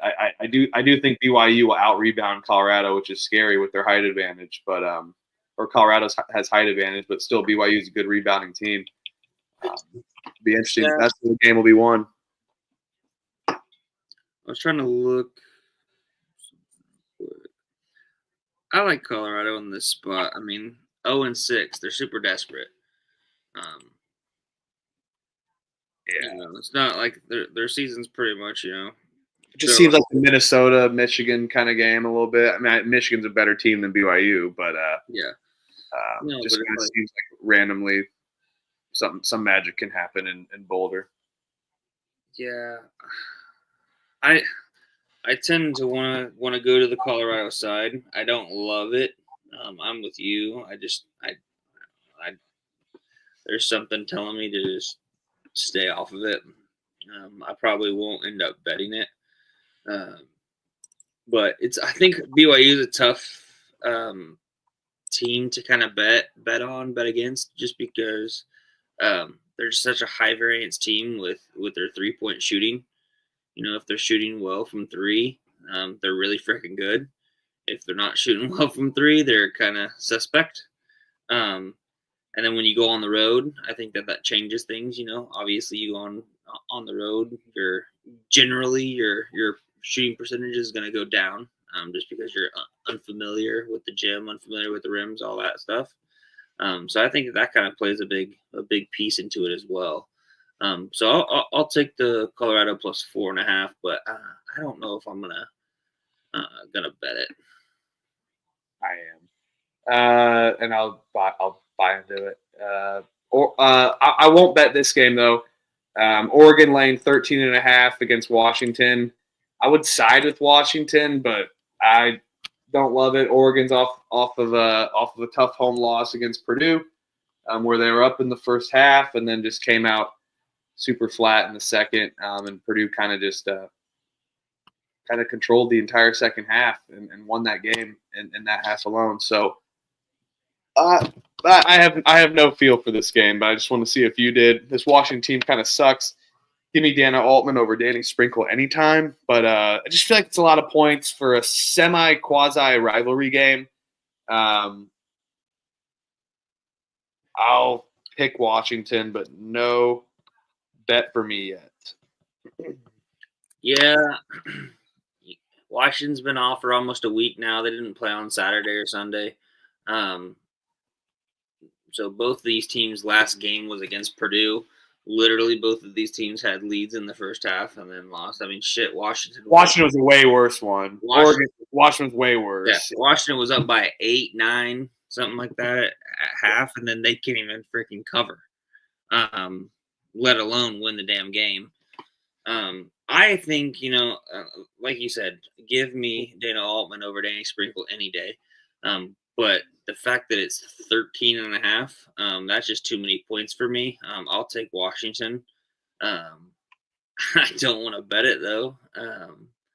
But I'll take Washington plus 13.5. Obviously, significant coaching advantage, but when it spreads higher than 4.5, 5.5, I don't think that really plays a lot into the number as much. When you get those closer, tighter games, where you're having to make the decisions, drop the ATO plays, all that stuff, make the adjustments, things like that. When it's 13.5, I just think that's a little bit too many points. Yeah. All right. I'll tell you one I'll lay. Give me UNLV.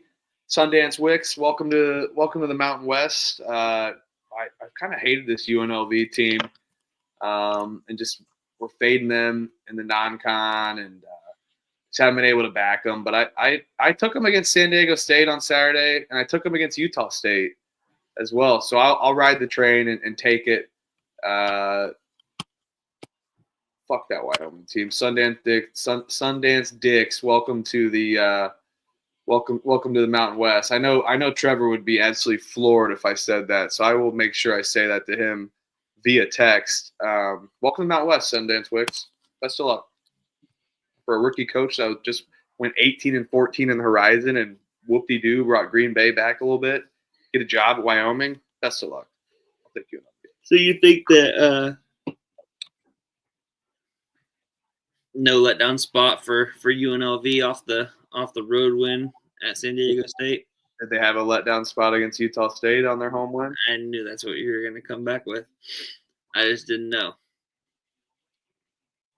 I mean, they're going to win this game. They got to win this game. Because then you got New Mexico, Utah State, a pissed off Utah State and Logan. We'll be fading the fuck out of UNLV then. Absolutely. And then, Nevada at the road, and then Boise State.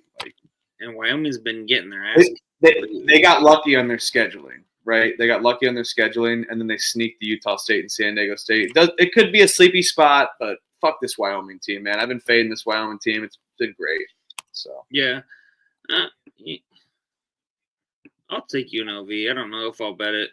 I'll bet one of these late games just to have something to watch, have something to do. But I tend to agree with you. I like fading more so on Wyoming when they're away from home. I think that's when you can fade them, which obviously this is a case for that. I just think 8.5. I don't know. I mean, but they could. I've won 2 lock battles against Wyoming. I can give you the game. Boise State won 2 lock battles against Wyoming and New Mexico.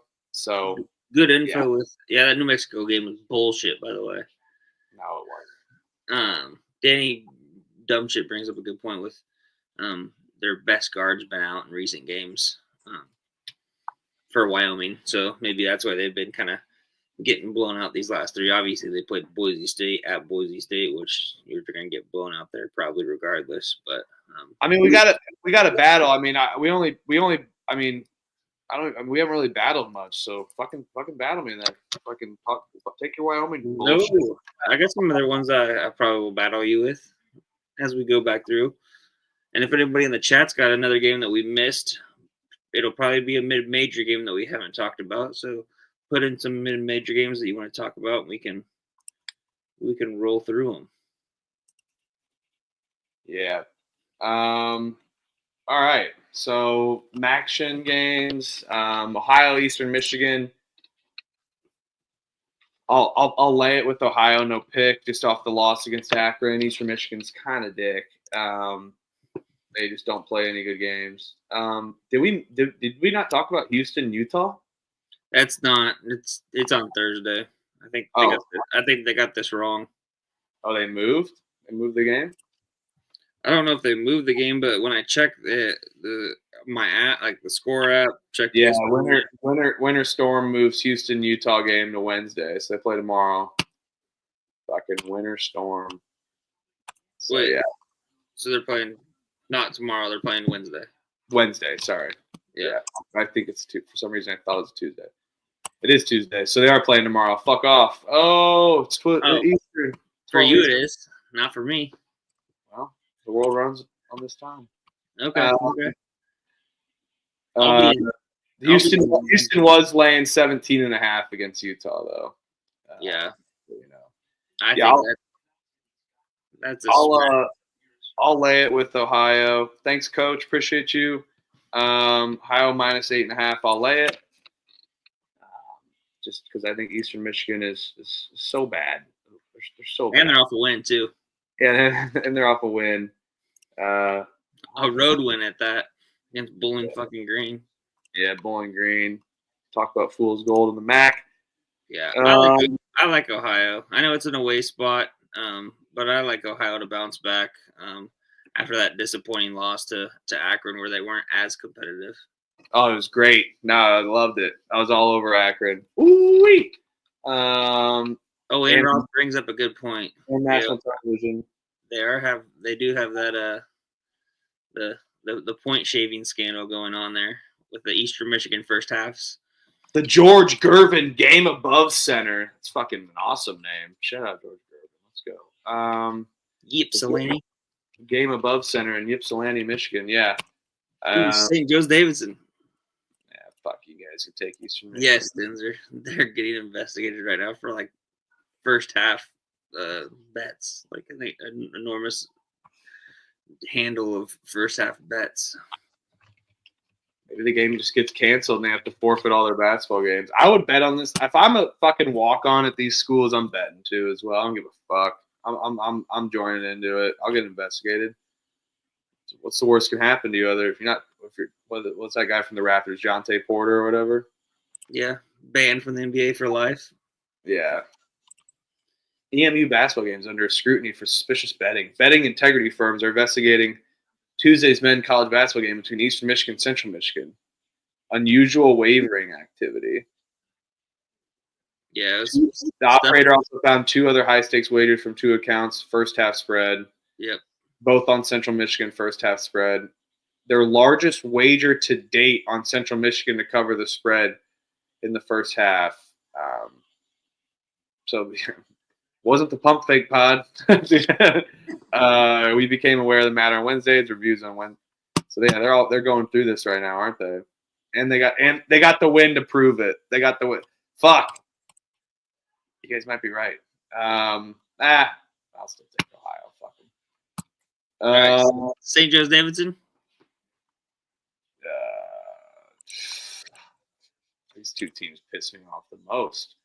I'll take St. Joe's Lane 1 on the road.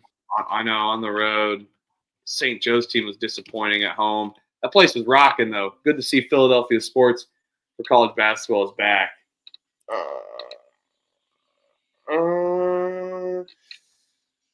Their only road wins against Penn at the Palestra.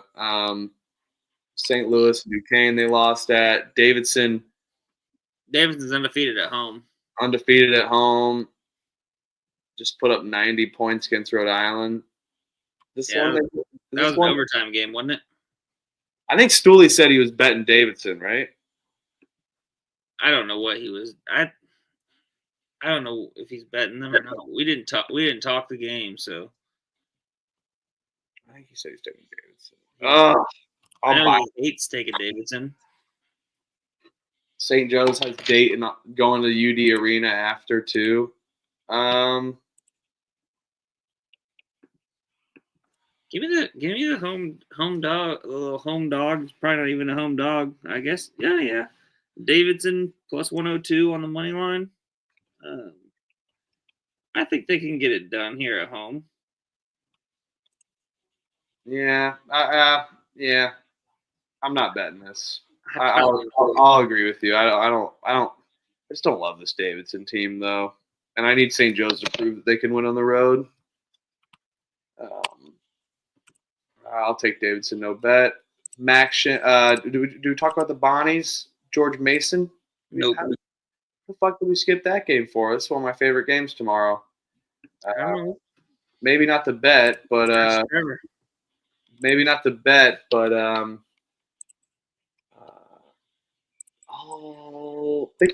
I just really am excited for this game. I mean, you got people absolutely clawing for the A10 title.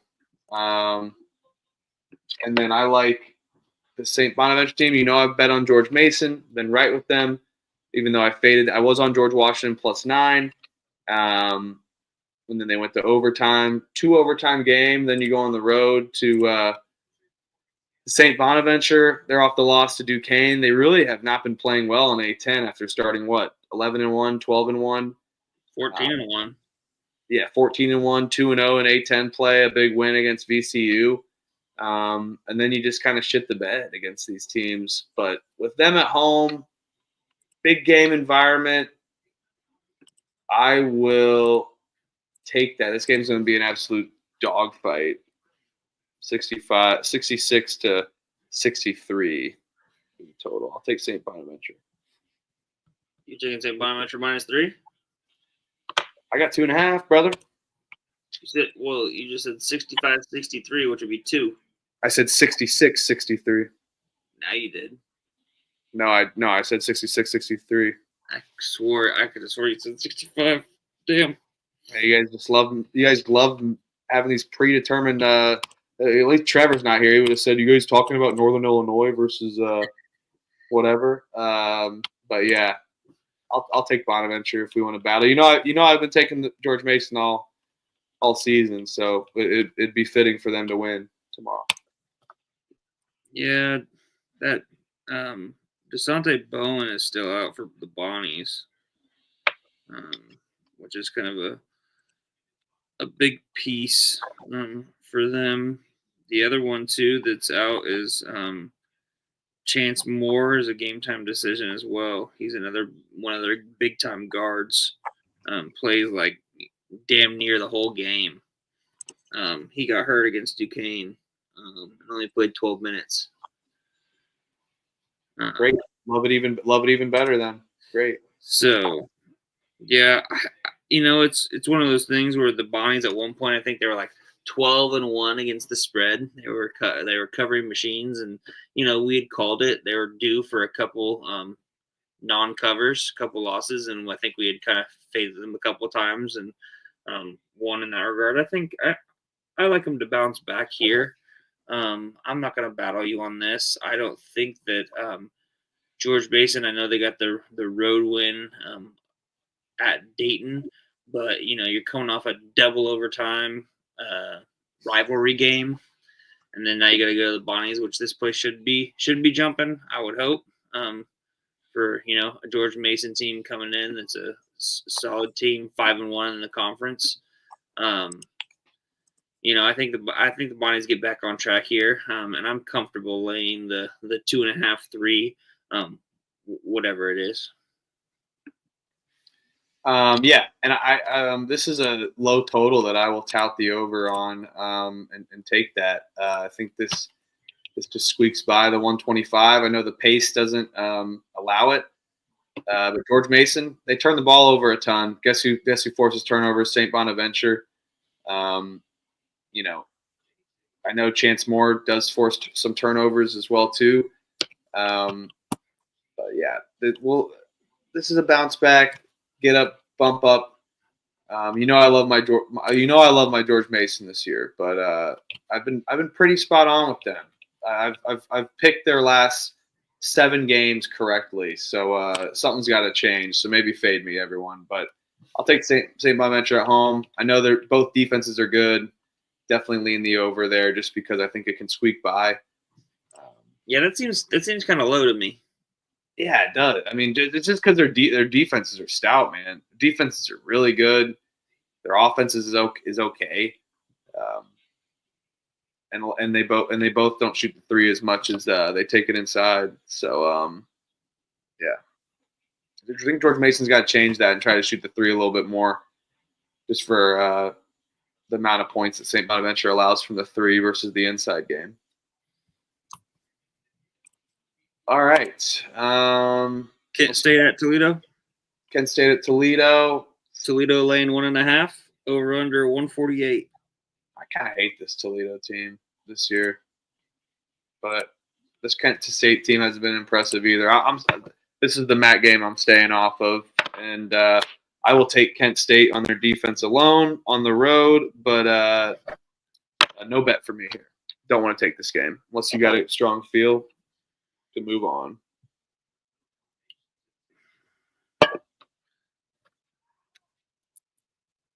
Both of these teams have kind of been not as down, I would say, or not as good as they have been. I would say I like. I don't know. The MAC is crazy. Just battle me. Take Toledo. Take the home. That's where I would go. I would go with Toledo here. The only thing that's kind of scares me with that is they're fresh off the ass kicking at Ball State, but now they're coming home. But yeah, give me Toledo. I'll battle you here. Home spot, Savage Arena. I'll take it. They're 4-1 at home, which is crazy that they've only had 5 home games, and we're sitting almost in February. Yeah, so basically defense versus offense here. Toledo has the way better offense. Kent State's offense is very piss poor, but Kent State's defense has been willing them away to these games. I know they gave up 94 against Western Michigan, but they got to do that at some point, you know. So yeah, good random battle there. Don't need to go through. I'm not betting Bowling Green, Miami. I don't even want to talk about it. I don't even want to talk about Western Michigan, Northern Illinois. So I'm not laying 10.5 with Western Michigan, and I'm not putting my hard-earned money on Northern Illinois basketball. They are fucking horrible. They are so bad. What about your Ball State boys?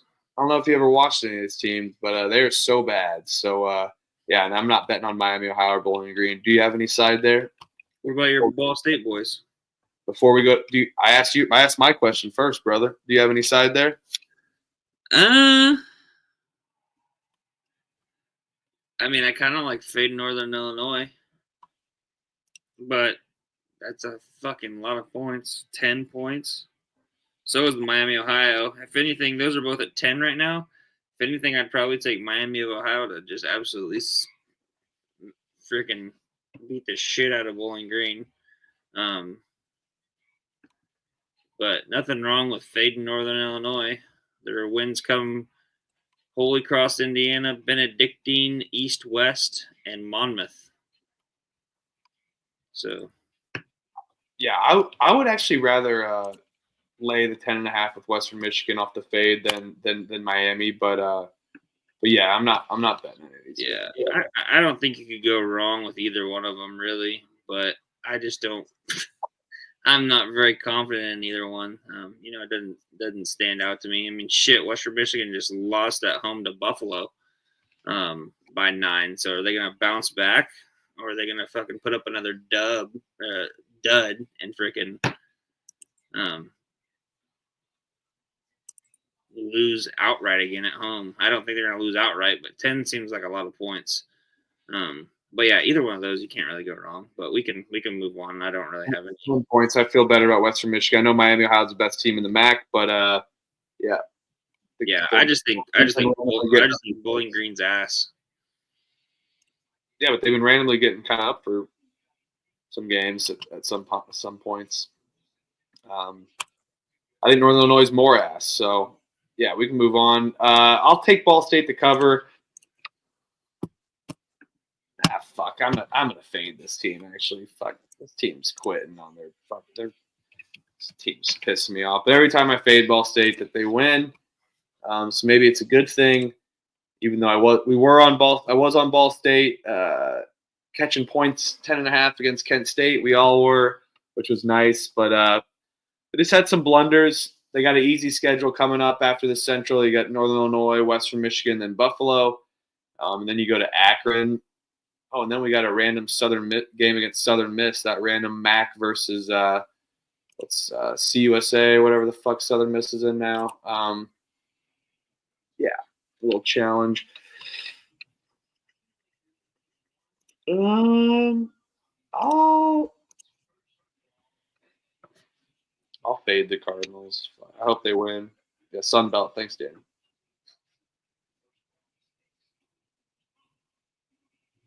What's the line? 4.5, 5? 4. 4. 4.5. Yeah.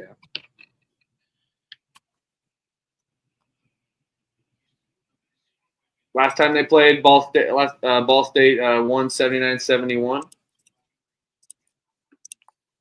Yeah, I'm doing this to help Ball State. I'm not doing this for my record or anything. I'm doing this to help Ball State. Yeah, I'll battle you, but I'm not gonna bet this. The one thing that stands out for this game in the fuck it, we're not battling. What am I doing? Fading my Cardinals, and then if I'm wrong, whatever. Let's double down on the fandom. But just shows you how I don't give a fuck about this game as much as you expect or have a cap on it because I keep going back and forth. So don't tell. But I think the standout here is Ball State's way better at the free throws here on the short spread. Close game. Maybe it stays in it. I think the problem is when Ball State gets down, they do not come back. They fucking quit. So They're better at the free throws or just free throws attempted? Free throws attempted, and they're better. They're better at free throws. Yeah. Percentage wise, Central Michigan's better by 10% in conference and 5% in overall. But they also don't get to the line as frequently as Ball State. Like when you look at a stat like that, a team shooting more a team shooting more free throws. There's more sample size with these teams. When Central Michigan doesn't get to the line, they're one of the worst teams to ever get to the line. Even. Yep, I see what you're saying.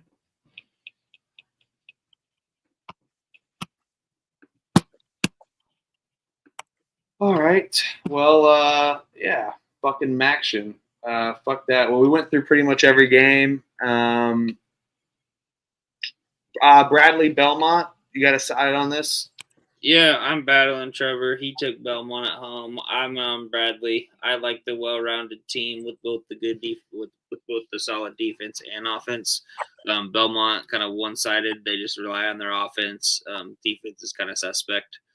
So I battled him. He's just taking Belmont money line, not the points. And I'm on Bradley -2. Yeah, I'm with you on Bradley. I've been taking Bradley. Bradley's been good. And Trevor's addicted to betting Belmont at home. Fuck this Belmont team. Their ass.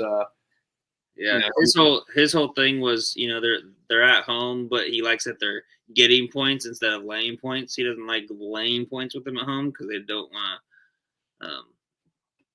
they don't like to finish games out. Yeah, dude. Yeah, when they're up and covering, it's way worse. But look at their games that they've played. Lose by 6 to Northern Iowa. That was in Cedar Falls. Win by 5 to Illinois Chicago. Win by 4 to Southern Illinois. I mean, you've been able to win games, but you kind of haven't been squeaking by these teams. You've been squeaking by these teams that you just shouldn't be. And fuck Brody Peebles. Fuck that guy. I mean, even like Southern Illinois at home, you're only going to beat them by 4. Evansville on the road, you only beat them by 3. Like, I mean, they don't play defense. They don't play defense. They got that tall fucker, but then I mean, they can't defend the perimeter and need Bradley to be able to shoot threes. So now you have a team that's most definitely one of the top 2 teams in the league. On both sides of the floor. I mean, that's why I like Bradley. And I was battling the whole Twitter Spaces on Saturday morning on Bradley against Murray State. They win by 13 on the road. I like this Bradley team. This is their year to make the tournament. I know Drake's hanging around. Definitely some other teams that can squeak out a random conference tournament run like Northern Iowa and Illinois Chicago, maybe even Illinois State. Yeah, this is Bradley's conference to lose at this point outside of Drake. But I know Bradley lost at home to Drake, but Drake's kind of been, they've been kind of showing their weak spots. I think Bradley can come back on and play advantage just on the road. But yeah, give me them to win on the road in Belmont. I'm with you. I must have missed that game when I was coming inside. I'm seeing the line coming down too. I see Bradley's laying only 1.5 now. Yeah, that's what I was saying. When you said 2, I was like, I see 1. But yeah, it'll keep going down. East Carolina, Tulsa, no bet for me there. I'm not betting that. I'll bet it if TCE bets East Carolina, which they probably will. So yeah, there you go. Do you got any other thing for the mid-majors before we wrap this show up? We pretty much went through every single game. UTSA, UAB, you got anything there? Why are some of these games canceled? For winter storms? Is that why all these games are canceled? Which one was canceled? What am I looking at here? Oh, no, it's tomorrow. Never mind. I know Houston was, but I don't know. Whatever. Yeah. Sorry. What'd you say for the mid-major game? UTSA, UAB. You got anything on that? No. Nope. UAB, I've been really bad with this year, so they're on my do not bet list. Not because they're a bad team, just because I haven't been able to get their games right. Yeah. They've been playing good, man. They're playing good at home. Probably lay. UTSA is bad, but a big number I will lay is Northern Iowa, though. At home, I think Northern Iowa gets it done. They just got their breaks beat off against Southern Illinois on the road, too. This Missouri State team is finally come to the form of what we would expect them to be from the exhibition. You know, I've hated this Missouri State team from the beginning. Nope. I'm not buying that shit. They're terrible. Yeah, I'm laying it with Northern Iowa. That was the one that I was gonna.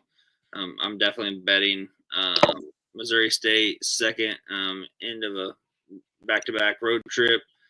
They kept it close and respectable with Illinois State, surprisingly, but I think this in Cedar Falls, Northern Iowa is going to be able to run it up on them, especially like you said after that after getting smacked by 24 there on Saturday against Southern Illinois.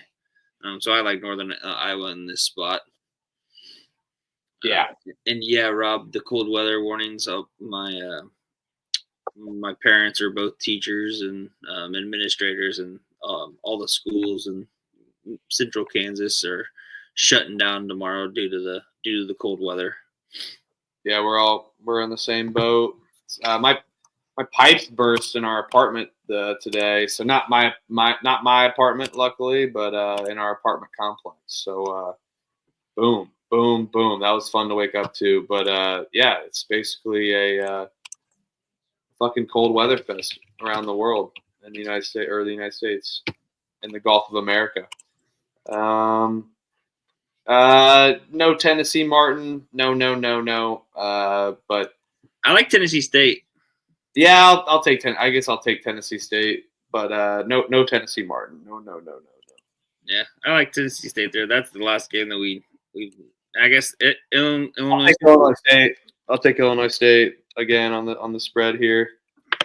I love this Illinois State team. I think Indiana State's finally coming back to reality a little bit in reality, and losing 4 in a row. They need to be competitive for one of these games, which kind of scares me. But yeah, I feel more comfortable about Northern Iowa than Illinois State. But I've really liked this Illinois State team. I think they're another sneaky team that's been slept on in the Missouri Valley.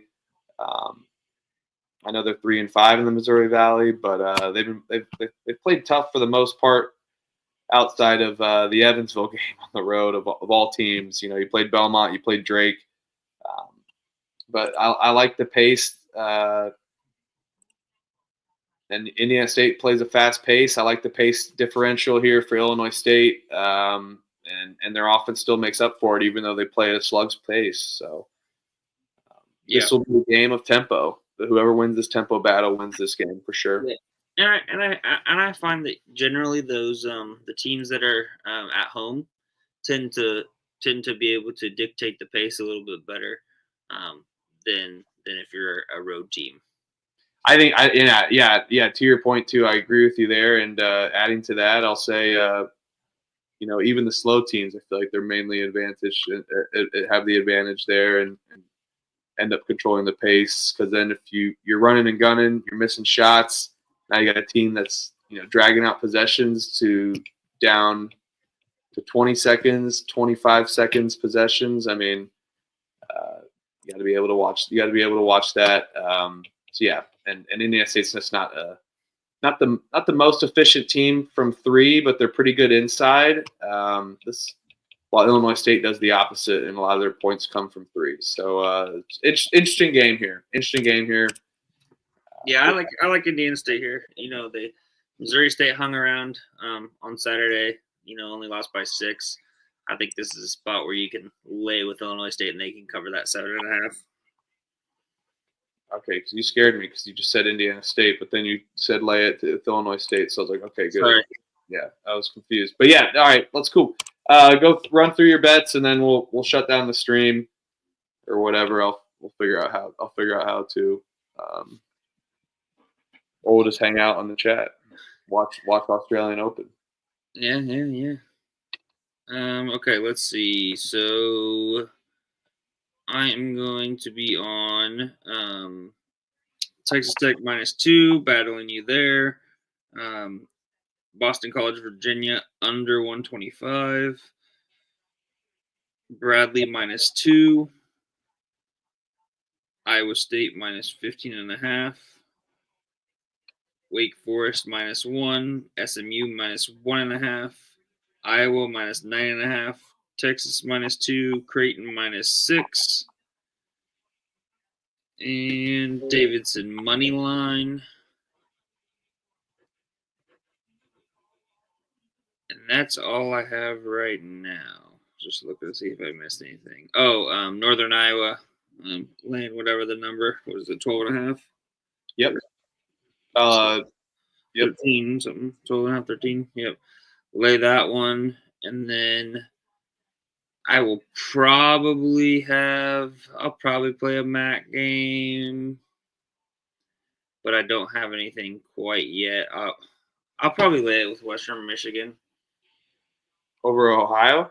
No, Western Michigan over Northern Illinois. No, I meant like you're laying with West Michigan over laying it with Ohio against Eastern. Oh, shit, I'll probably bet that one too. That's a kind of 5:30 game. Might as well bet that.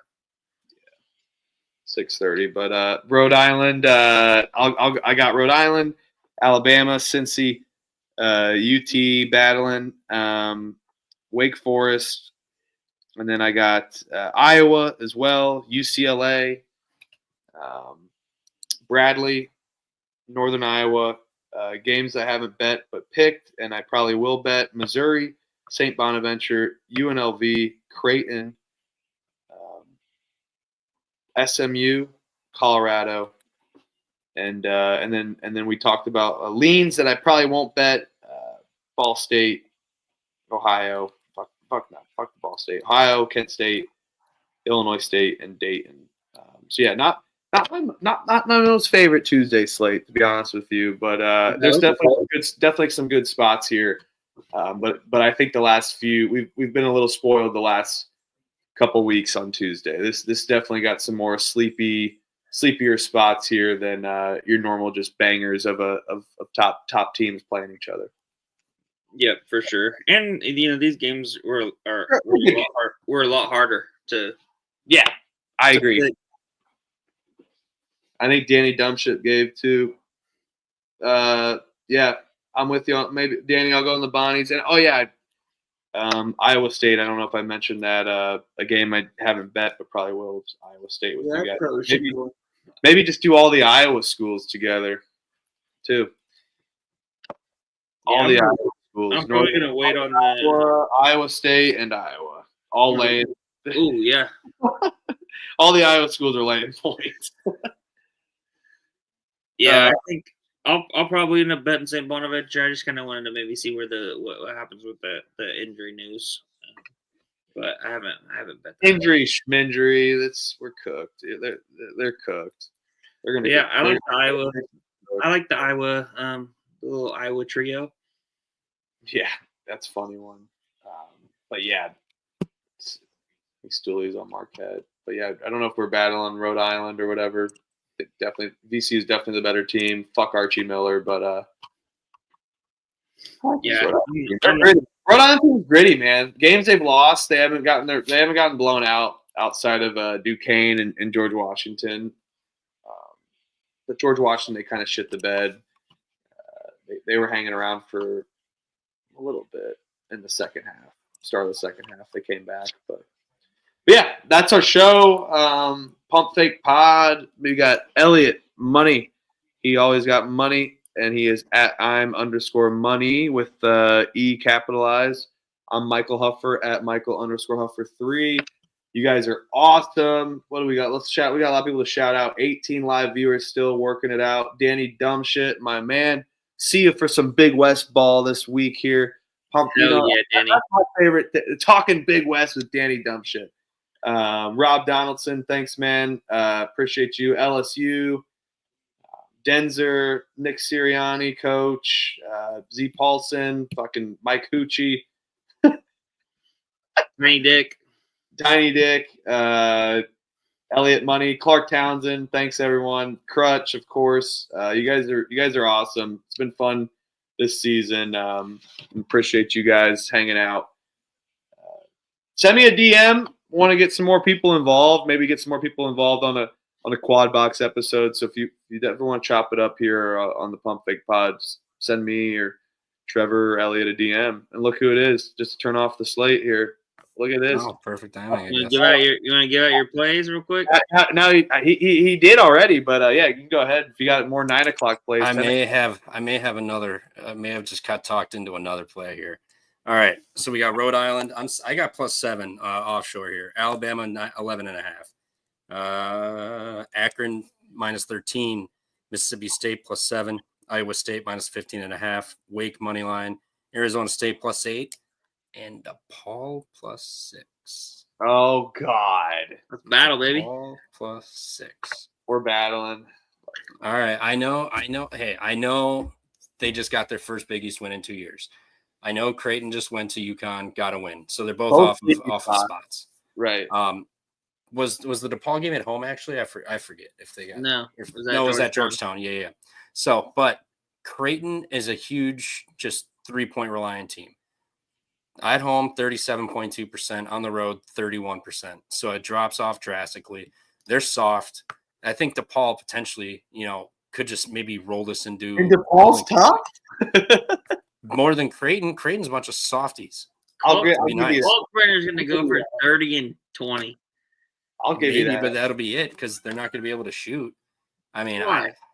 They're not going to be able to shoot. DePaul, I was talked into this, and I agree. I agree. They're going to get rolling. DePaul's like, hey, we finally got a fucking win. Let's fucking roll it into another one. Why is this 6 points? It's only 6. How many money line parlays are going to have Creighton in it tomorrow? What do you mean? DePaul's not going to win back-to-back games. Why is it only 6? Yeah. Why would it be more? It's not like it's DePaul. DePaul just beat Georgetown. Creighton just beat UConn on the road. Now they're hitting DePaul on the way back. Back-to-back road games. Yeah. My thing is Creighton can't drop this for their resume. DePaul's got nothing to lose.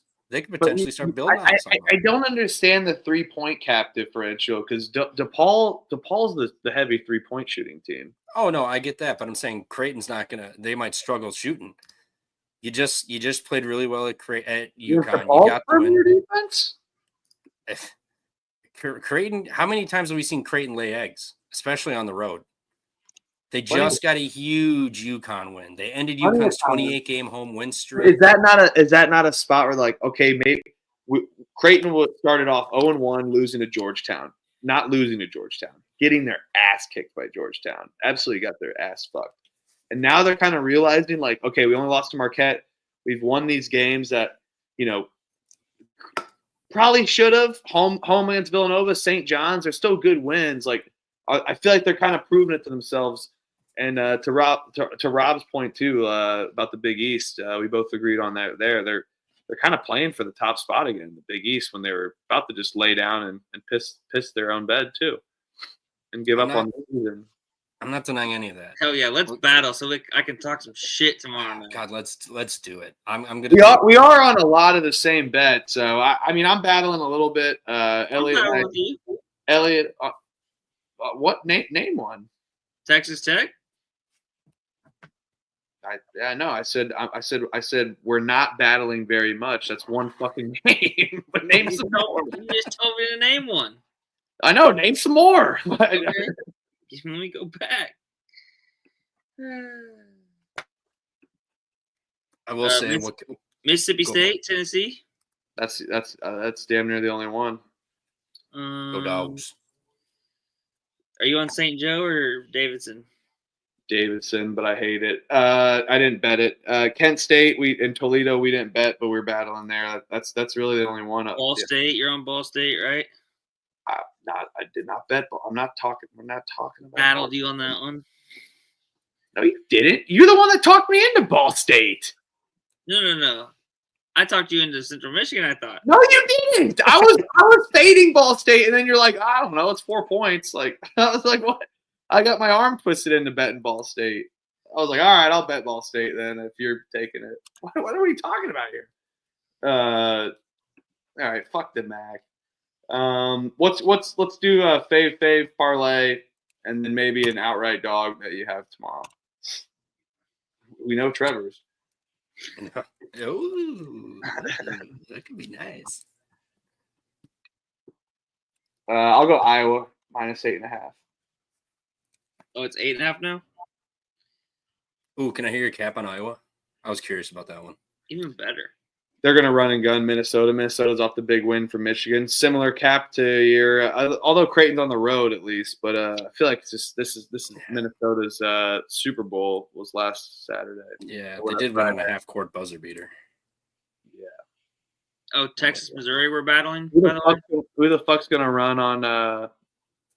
Who the fuck's going to run? But still, I'm just saying we agreed on majority in a lot of our plays was what I said. But not too many battles is normal. I like when I battle, but I think a team like that, they're going to run around and fuck around. This is one of my favorite bets. 8.5. I like it at 9.5 too. You're gonna fuck around and find out. My favorite tomorrow is Wake Forest. All right. Just money line. Yep, money line that bitch. SMU -1.5. Okay. I need to talk into taking SMU. I had them on my take, no bet yet, but I'll probably get in there on that. Just take them on the faves parlay and. Trevor, what are you taking for UNLV Wyoming? UNLV Wyoming? Oh. Didn't UNLV just get another win? Yeah, at San Diego. Yeah, Wyoming. Give me Wyoming. I don't care. Oh god! Oh god! You guys are on UNLV? Fucking, I am. Sundance Wicks. Fucking Sundance Wicks. Welcome to the Mountain West. Sundance dick. Fuck Sundance. Fuck Sundance Wicks. Fuck you. He's single-handedly, him and Noah Reynolds brought back Green Bay for a year. A year. To be 18 and 14? Have you seen what we got now? This is what we've had for a fucking decade. All right. Last year I felt like I was high all year. It was awesome. I know. I was loving when you would go to the rest center there. Fucking you keep taking Wyoming. They fucking dick. Every lot. I'm 2-0 in lock battles against Wyoming against you. Fade them away from Wyoming. Fade them away. You'll be 2-1. The fave is plus 560. I just took SMU money line instead of the 1.5. Okay. It was minus 120 for money line. So plus 560. You guys want to pick a dog to win tomorrow outright? Yeah. Let's do it. There's not many dogs like that. I hate. That's what could go wrong.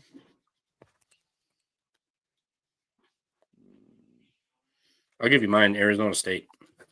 Oh God. I'll take Colorado at home. Fuck BYU.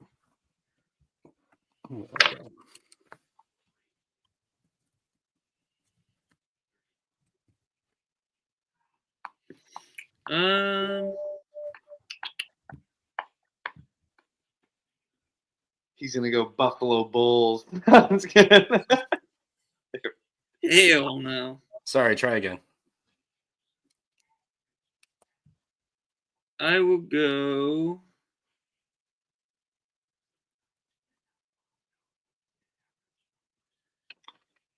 You want to see Franklin? Would it Davidson be considered a dog, technically? Yeah. That's what I was thinking about it, but I was just trying to see if I could find something else. But I'll go Davidson. Short little. Chihuahua. I almost said Rhode Island, but I just kind of like the points better for Rhode Island. All right. On DraftKings, the dog parlay is plus 1541. People want to see Franklin. I'm not fuck your Arizona State. Fuck your. The dog's been sleeping. There's no lap dog special. Tune into the TCE pregame show tomorrow at 6, Virgil, 6 Eastern.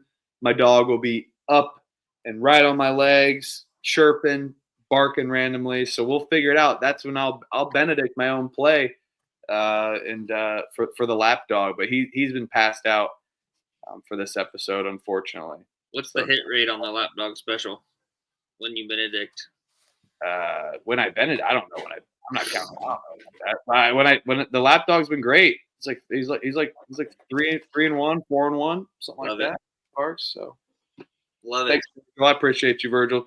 I'll tune in. I'll DM you. If you can't make the pregame show, I'll DM you the lap dog special. Now I know where you live. Oh. -2? Wow, you poor guy. Dude, it's going to be like -30 in the morning with wind chill. It's going to be terrible. What does it feel? What's it say it feels like for you?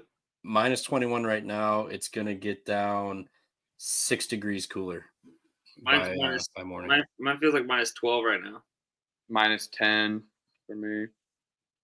Look at us Midwest fellas just out here just roughing it. Wearing a beanie because I'm cold. It's fucking rough out there right now. It gets gonna warm up in Indy though next week. High of 43 on Wednesday. Ooh, shorts weather. When's it gonna warm up in Green Bay so the Phoenix will rise? They'll never fucking rise under Gottlieb. We got a high of 36 next Tuesday. Ooh, that's shorts weather. Yeah. Oh fuck yeah, it is. Sun's out, 35 plus. Yep. Damn. How the hell is it fucking warmer in Northeast Ohio than it is in fucking Kansas?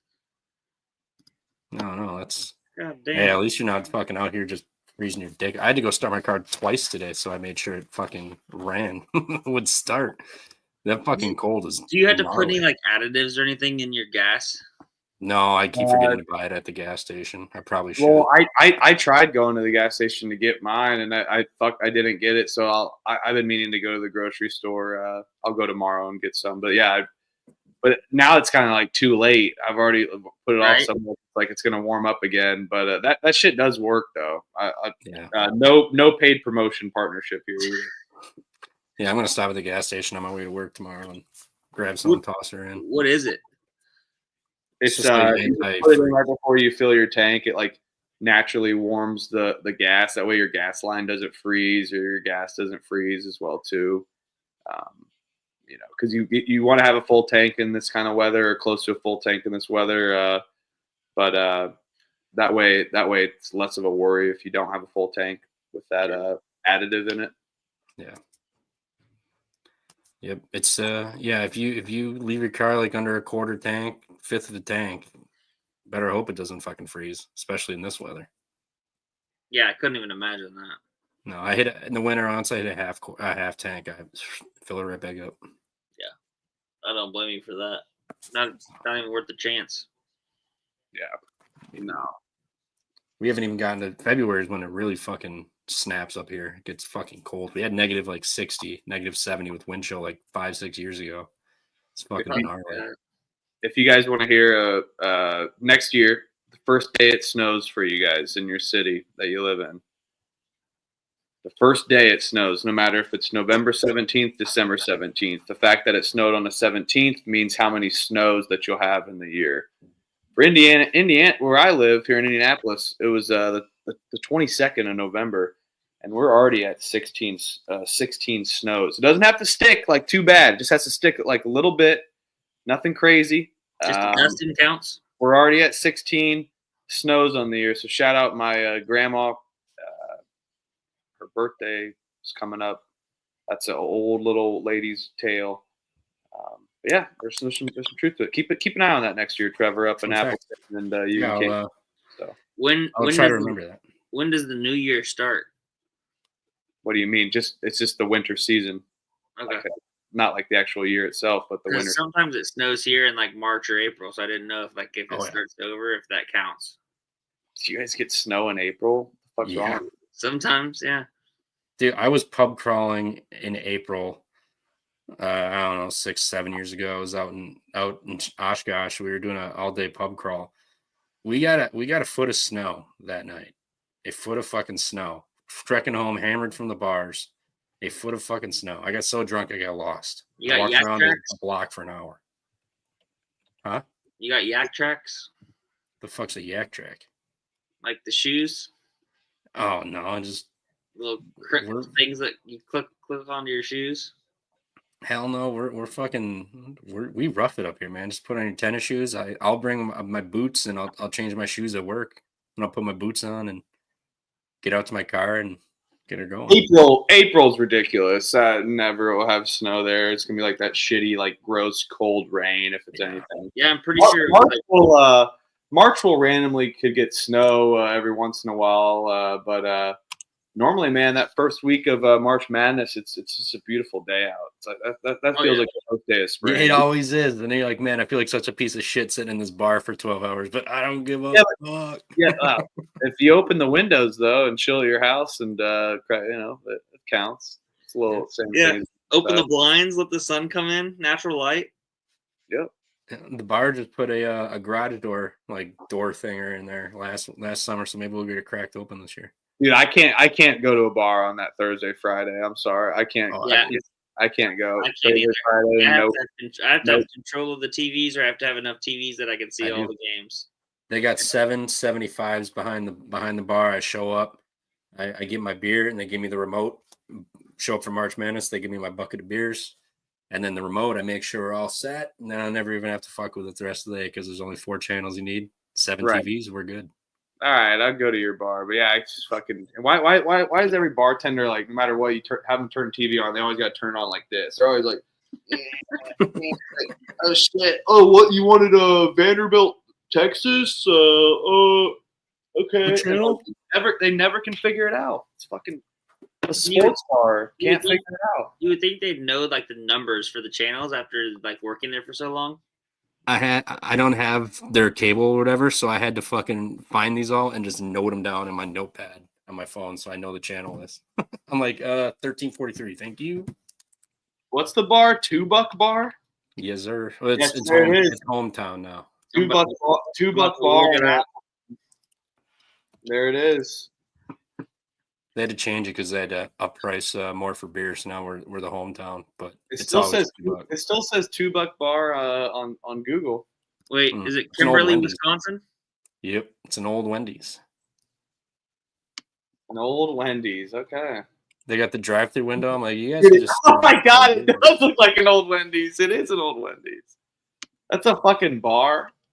Oh fuck yeah, it's the best bar. Oh my god, that's hilarious.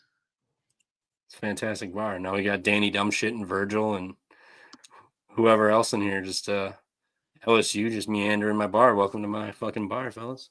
$2 bar, everyone. They need to be our first sponsor here. The $2 bar. Yeah, I'll just do a show from the corner right there, right next to the big buck hunter machine. Danny Dumbshit's our first sponsor. Danny Dumbshit's gonna be like, "What's up, Danny?" I love the drive-through. The drive-through is fucking hilarious. I know. I keep telling them to open it, but they won't.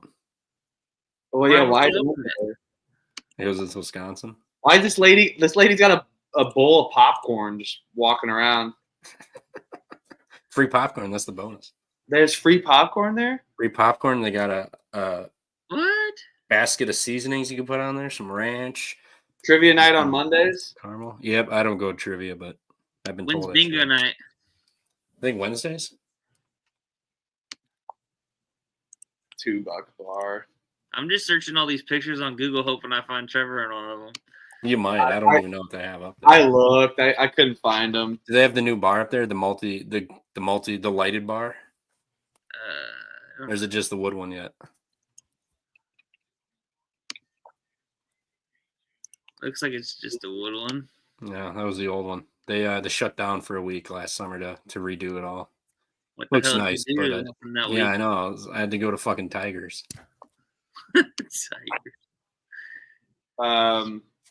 My bar, hometown to watch sports is Parks Place Pub. Parks Place. It's got like the ticker and shit. It's just their TV setup's good. It's kind of it's okay, but Too bad. What's his nuts isn't in here? The one that was trying to guess your. well, the bar's Oh, not dude, working. that ticker is sick. Yeah, the ticker's sick. The TV setup's nice. It's a good place to go watch games and shit.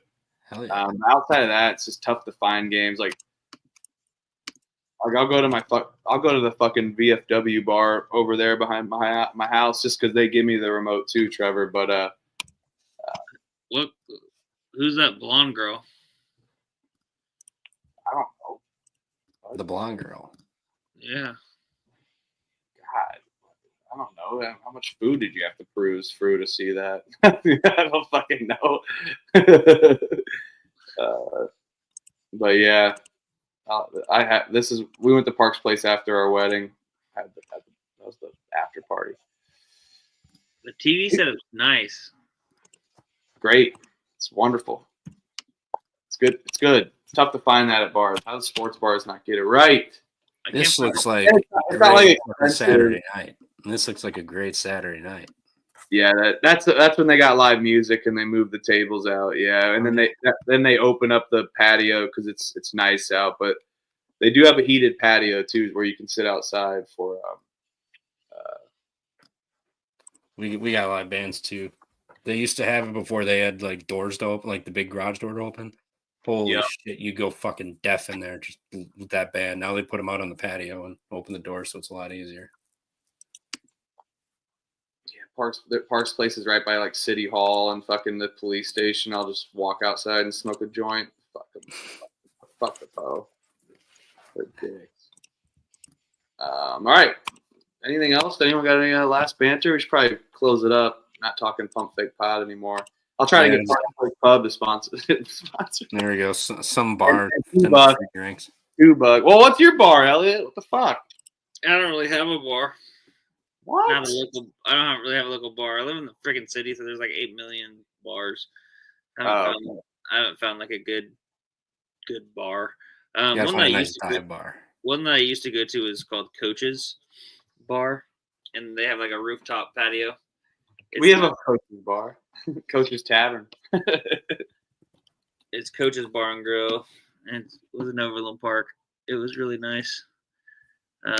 On Sundays, the top of it is like a rooftop, and they would make it Chiefs only, so all the TVs were on the Chiefs game, and then everybody else had the NFL games down below if they wanted to watch it. So it was just straight Chiefs. Doesn't look like a half bad bar. A little more upscale, but it looks pretty nice. Yeah, and then the Brew Top is another one that I used to go to a lot, but that's upscale too. It's kind of in an uppity area, not like a watering hole. There's a fat ass bar up here called Stadium View. It's right across from Lambeau, and holy shit, that place gets fucking packed, and you get tanked. Then you just stumble across the street. Hell yeah, Virgil got kicked out for life. 2 of his bars.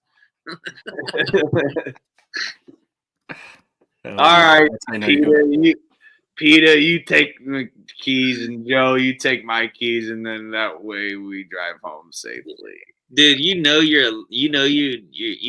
the bar mate, or like it's your bar, or like the local bar, when like you get like the bartender to drive you home. Like if she just takes your keys and drives you home. I never had that happen. It happens to me. I got really high in the parking lot like 2 months ago. I haven't smoked in forever, and I smoked a joint with these guys. I got too fucked up. I just shut my car off and be like, so it's I need you got to give me a ride home. I was like, I'll help you with the fucking cleanup. I had to flip the chairs up and do all that other shit, but I was too fucked up to drive. That joint fucked me up. She drove you home? Yeah, I live like 10 minutes from the bar. No, did you drive your car, or how'd you get your car? No, I went back the next day and got it. But the owner and his girlfriend live. Yeah, the owner and his girlfriend live like a block and a half from me. So if she's ever working, she'll just be like, "I'll give you a ride. I don't care." I was like, "All right." Hell yeah, that's what I do. I just like somehow find a way to get up there on my She likes you, dude. She likes Uber, ride with somebody, and then just be like, all right, bring me home. Yeah, if she's ever working sometimes. Uber, Yeah. Uber, and then don't puke in the Uber, and then come back and puke my guts out.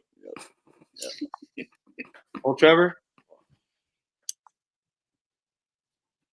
for you, brother. Too much. Thanks, buddy. I smoked a little bit last weekend and then just watched The Office. I was like, yeah, I can't look into college basketball. I'm just gonna sit down and watch The Office and eat my Pop-Tart. Your Pop-Tart. What flavor? It's brown toast or brown cinnamon, whatever. The best flavor, brown sugar cinnamon. Best flavor. I'd say Sunday's pretty good. Sunday's good for an 8-year-old kid. I mean, fuck, what the fuck's wrong? Sunday is like you got sugar on your teeth. Like it's just like so sugar. Well, fuck that, Elliot. I mean, I love sugar on my teeth, but like just the feeling of the cum, it feels like cum in your mouth. Not that I know, but what? Well, hold on, let's rewind a little bit. Hold on. I'm sniffing that. I'm sniffing that. Someone's clip it. No, you're not. Yeah, I'm a classic strawberry guy too. I like and wild berry. I think wild berry is a slept on. I'm s'mores too. Classic. S'mores is good. I'd still put brown sugar cinnamon over s'mores. Strawberry for me, strawberry first, second, brown sugar cinnamon, third, s'mores. Do you toast them? Do you toast your guys' Pop-Tarts or do you just eat them? No, raw dog it. You dog the Sunday you got to toast. You're out of your mind. Yes, Rob clipped it. Oh God. No. I'll send you money to not put that out there. Even though it's out there in the world. But that's just for you guys and all. Trying to build a name for ourselves. We're gonna get the wrong fucking people coming in for this. Yeah. It feels like cum in your mouth. What's the name of this show? I gotta go check this out. Let's just keep talking. Fuck it. Well, we could skedaddle, but Coach has got Purdue 10, Wake money line, and Missouri plus 2.5 locked in for tomorrow. I love it. I might just throw a couple bucks on that. I love that. I'm doing all those. I'm on Missouri as well, and I'm on all three of those. Let's go, Coach. Elliot's on Texas because he loves Texas so much. I'm on Texas because I love Texas. You do seem like a Texas guy. He loves taking horn. He loves putting horns in his mouth. You know. I just stay horny. You know. Yes. But yeah. What's no Pop-Tarts? Pop-Tarts. I had Taco Bell last night. Out my ass. This morning, by the way. This morning? Usually it's like an hour. Yeah. Well, I got home kind of late last night. So yeah, not too much. And then I woke up to the fire department with woke up to at 7 o'clock. Damn. I'll work out or what? Oh yeah, everything's straight as fuck. Look at me. We're chilling. I'll be at $2 bar tomorrow night. Hell yeah, you let me know. I'll swing by after work. I had New Glarus Brewing Spotted Cow today too. I saw that. What's the difference? Shit's overrated. Is that like the high class one? It's like a Wisconsin only IPA. It's like Wisconsin only beer. Everyone always acts like, it's the best beer ever. But how'd you get it? I did like it in the bottle better than the can. I mean, everything's better in a bottle. Yeah. It's dick. It's okay. It's an okay beer. It's overrated. It is Creighton basketball of beers for sure. Creighton basketball of beers. Yeah, because they're gonna suck tomorrow too. So. Yep. All right, I gotta piss. Are you guys hopping in, or should we just call it a night till tomorrow? Let's definitely call it a night. Yeah, I'm not hopping in while you piss. Oh, I wasn't inviting you. You just said, are you hopping in? I meant to say hopping off. Like, I don't know. There we go. I'm getting off actually. Yeah. Yeah. Speaking of getting off. Yeah, I'm getting off. All right, fellas. Fuck Ohio State. Fuck Notre Dame. That game's dick. Yeah. Happy for Will Howard though. Go Cats. Oh, that wink made me just. I hate him. Oh, that wink. I'm happy for Will Howard, even though he transferred from my own school. I like. I am. Oh, is he from? It's Is he de from? facto. Kansas State just won a national title tonight. He's from Pennsylvania. No, they did not. Unfortunately, we're still one of the only two teams that haven't won a fucking national championship in anything. Oh, in anything? Oh no, we have national. Our volleyball team goes hard. Women's. Yeah. We haven't won anything in any sport besides. Yeah, Trevor. When's the last time you guys won a basketball championship? Like 1940? No, it was 2015. Wasn't. They got second. Yeah, no. Check I would have those won. refs. I would have bank won accounts. $15,000 in my dad's office pool as a 17-year-old kid. Well, Coach K owes us a national title, and he owes you $15K apparently because he paid off those refs. I was in Cabos. That got me to love betting on sports. Wisconsin Duke, 5-point game. It's tough to see it. Look at the second half discrepancy in free throws. No football championship either. Oh, here he goes talking about those damn free throws again, just like NJIT Maine. We had 13 fouls in 9 minutes as a team in the second half after 2 in the first half, and we averaged 13. Fucking hold on to your lead then, for fuck's sake. Oh, you do that against Coach K when he's paying off refs. I like to see Don't that. foul. We didn't. Are you kidding me? Tyus Jones cooked you. Tyus Jones is a bitch. Tyus Jones fucking cooked you, dude.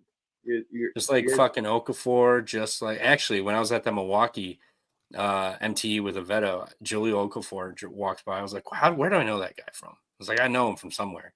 And then someone's like, oh yeah, dude, that's Julio Okafor from Duke. I was like, that fucking guy, if he comes back over here, I'm gonna fucking let him have it. I was fucking hammed up, and then it just kind of set me off. I was like, this fucking guy. He knew You're gonna fight Jalil Okafor. So what? I was gonna fight him. What was he doing in Milwaukee? Could not tell you. Could not fucking tell you. Interesting. Oh, he plays for the Fort Wayne, Indiana Mad Ants. No, just dude loves ball apparently. Milwaukee, Grayson Akron, Allen must see. Dude, Grayson Allen busted your ass that game too. Grayson Allen's a bitch too. Yeah, Grayson Allen Would be the biggest bitch of all. Yeah, he dropped 16 and beat you. Not Josh Gasser. I forgot about Josh Gasser. Gasser, Kaminsky, Koenig, Decker, Hayes. Travion Jackson too. Yeah, dude, that team was fucking special, man. I kind of like the Wisconsin team. Was it the year before they lost to Kentucky? 2014, I think we got to the Final Four. I kind of like that team better. Is that because they had Jordan Taylor, right? Or I just mainly remember the 15 team because of that year. I know 14 was a great year too. We went to the Final Four, but I don't remember exactly who was on and who left. It's the 15 team that really resonates with people around here. Because it's the 15 team. You remember when we played when you played K-State? That year? Do you remember in the tournament 2011? 2011? Oh God, I don't remember back that far, dude. You got to remember that was our one good year, and then 14 too. But we've done fucking nothing since. Like they're forgettable years. 2011 was the Jordan Taylor that I'm thinking of. He was a dog. Jordan Taylor was good. It was Sweet 16. Ben Bruss too. Ben Bruss, get brusted. Yeah. John Lure, fucking Keaton. Lure. Oh. Not Keaton. Louisville. The only reason I remember that game was because we freaking Jacob Pullen dropped 38. Did you guys win? No, you guys beat us 70-60. You guys won as the 5 or the 4 seed.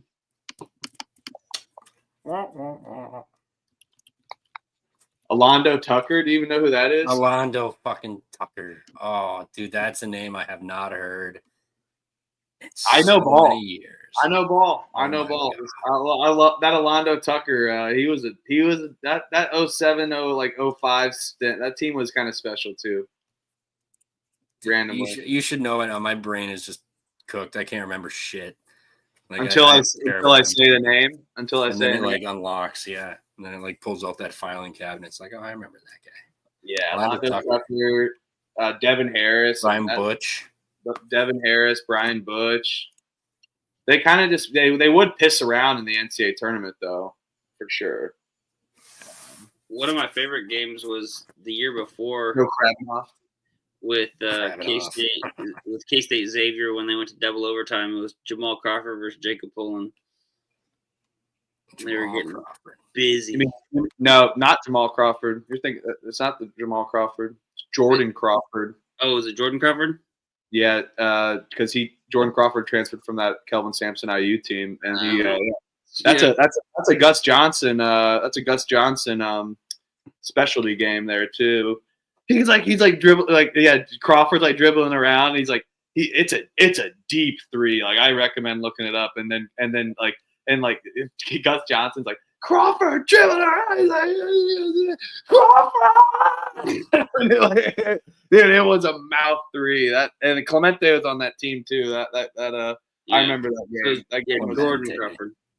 Yeah, Jordan Crawford. Well, he was good. He was good. And then he had a decent year stint in the NBA. I mean, never mind. I mean, 6.5 years in the NBA, but still, that's a decent role play stint.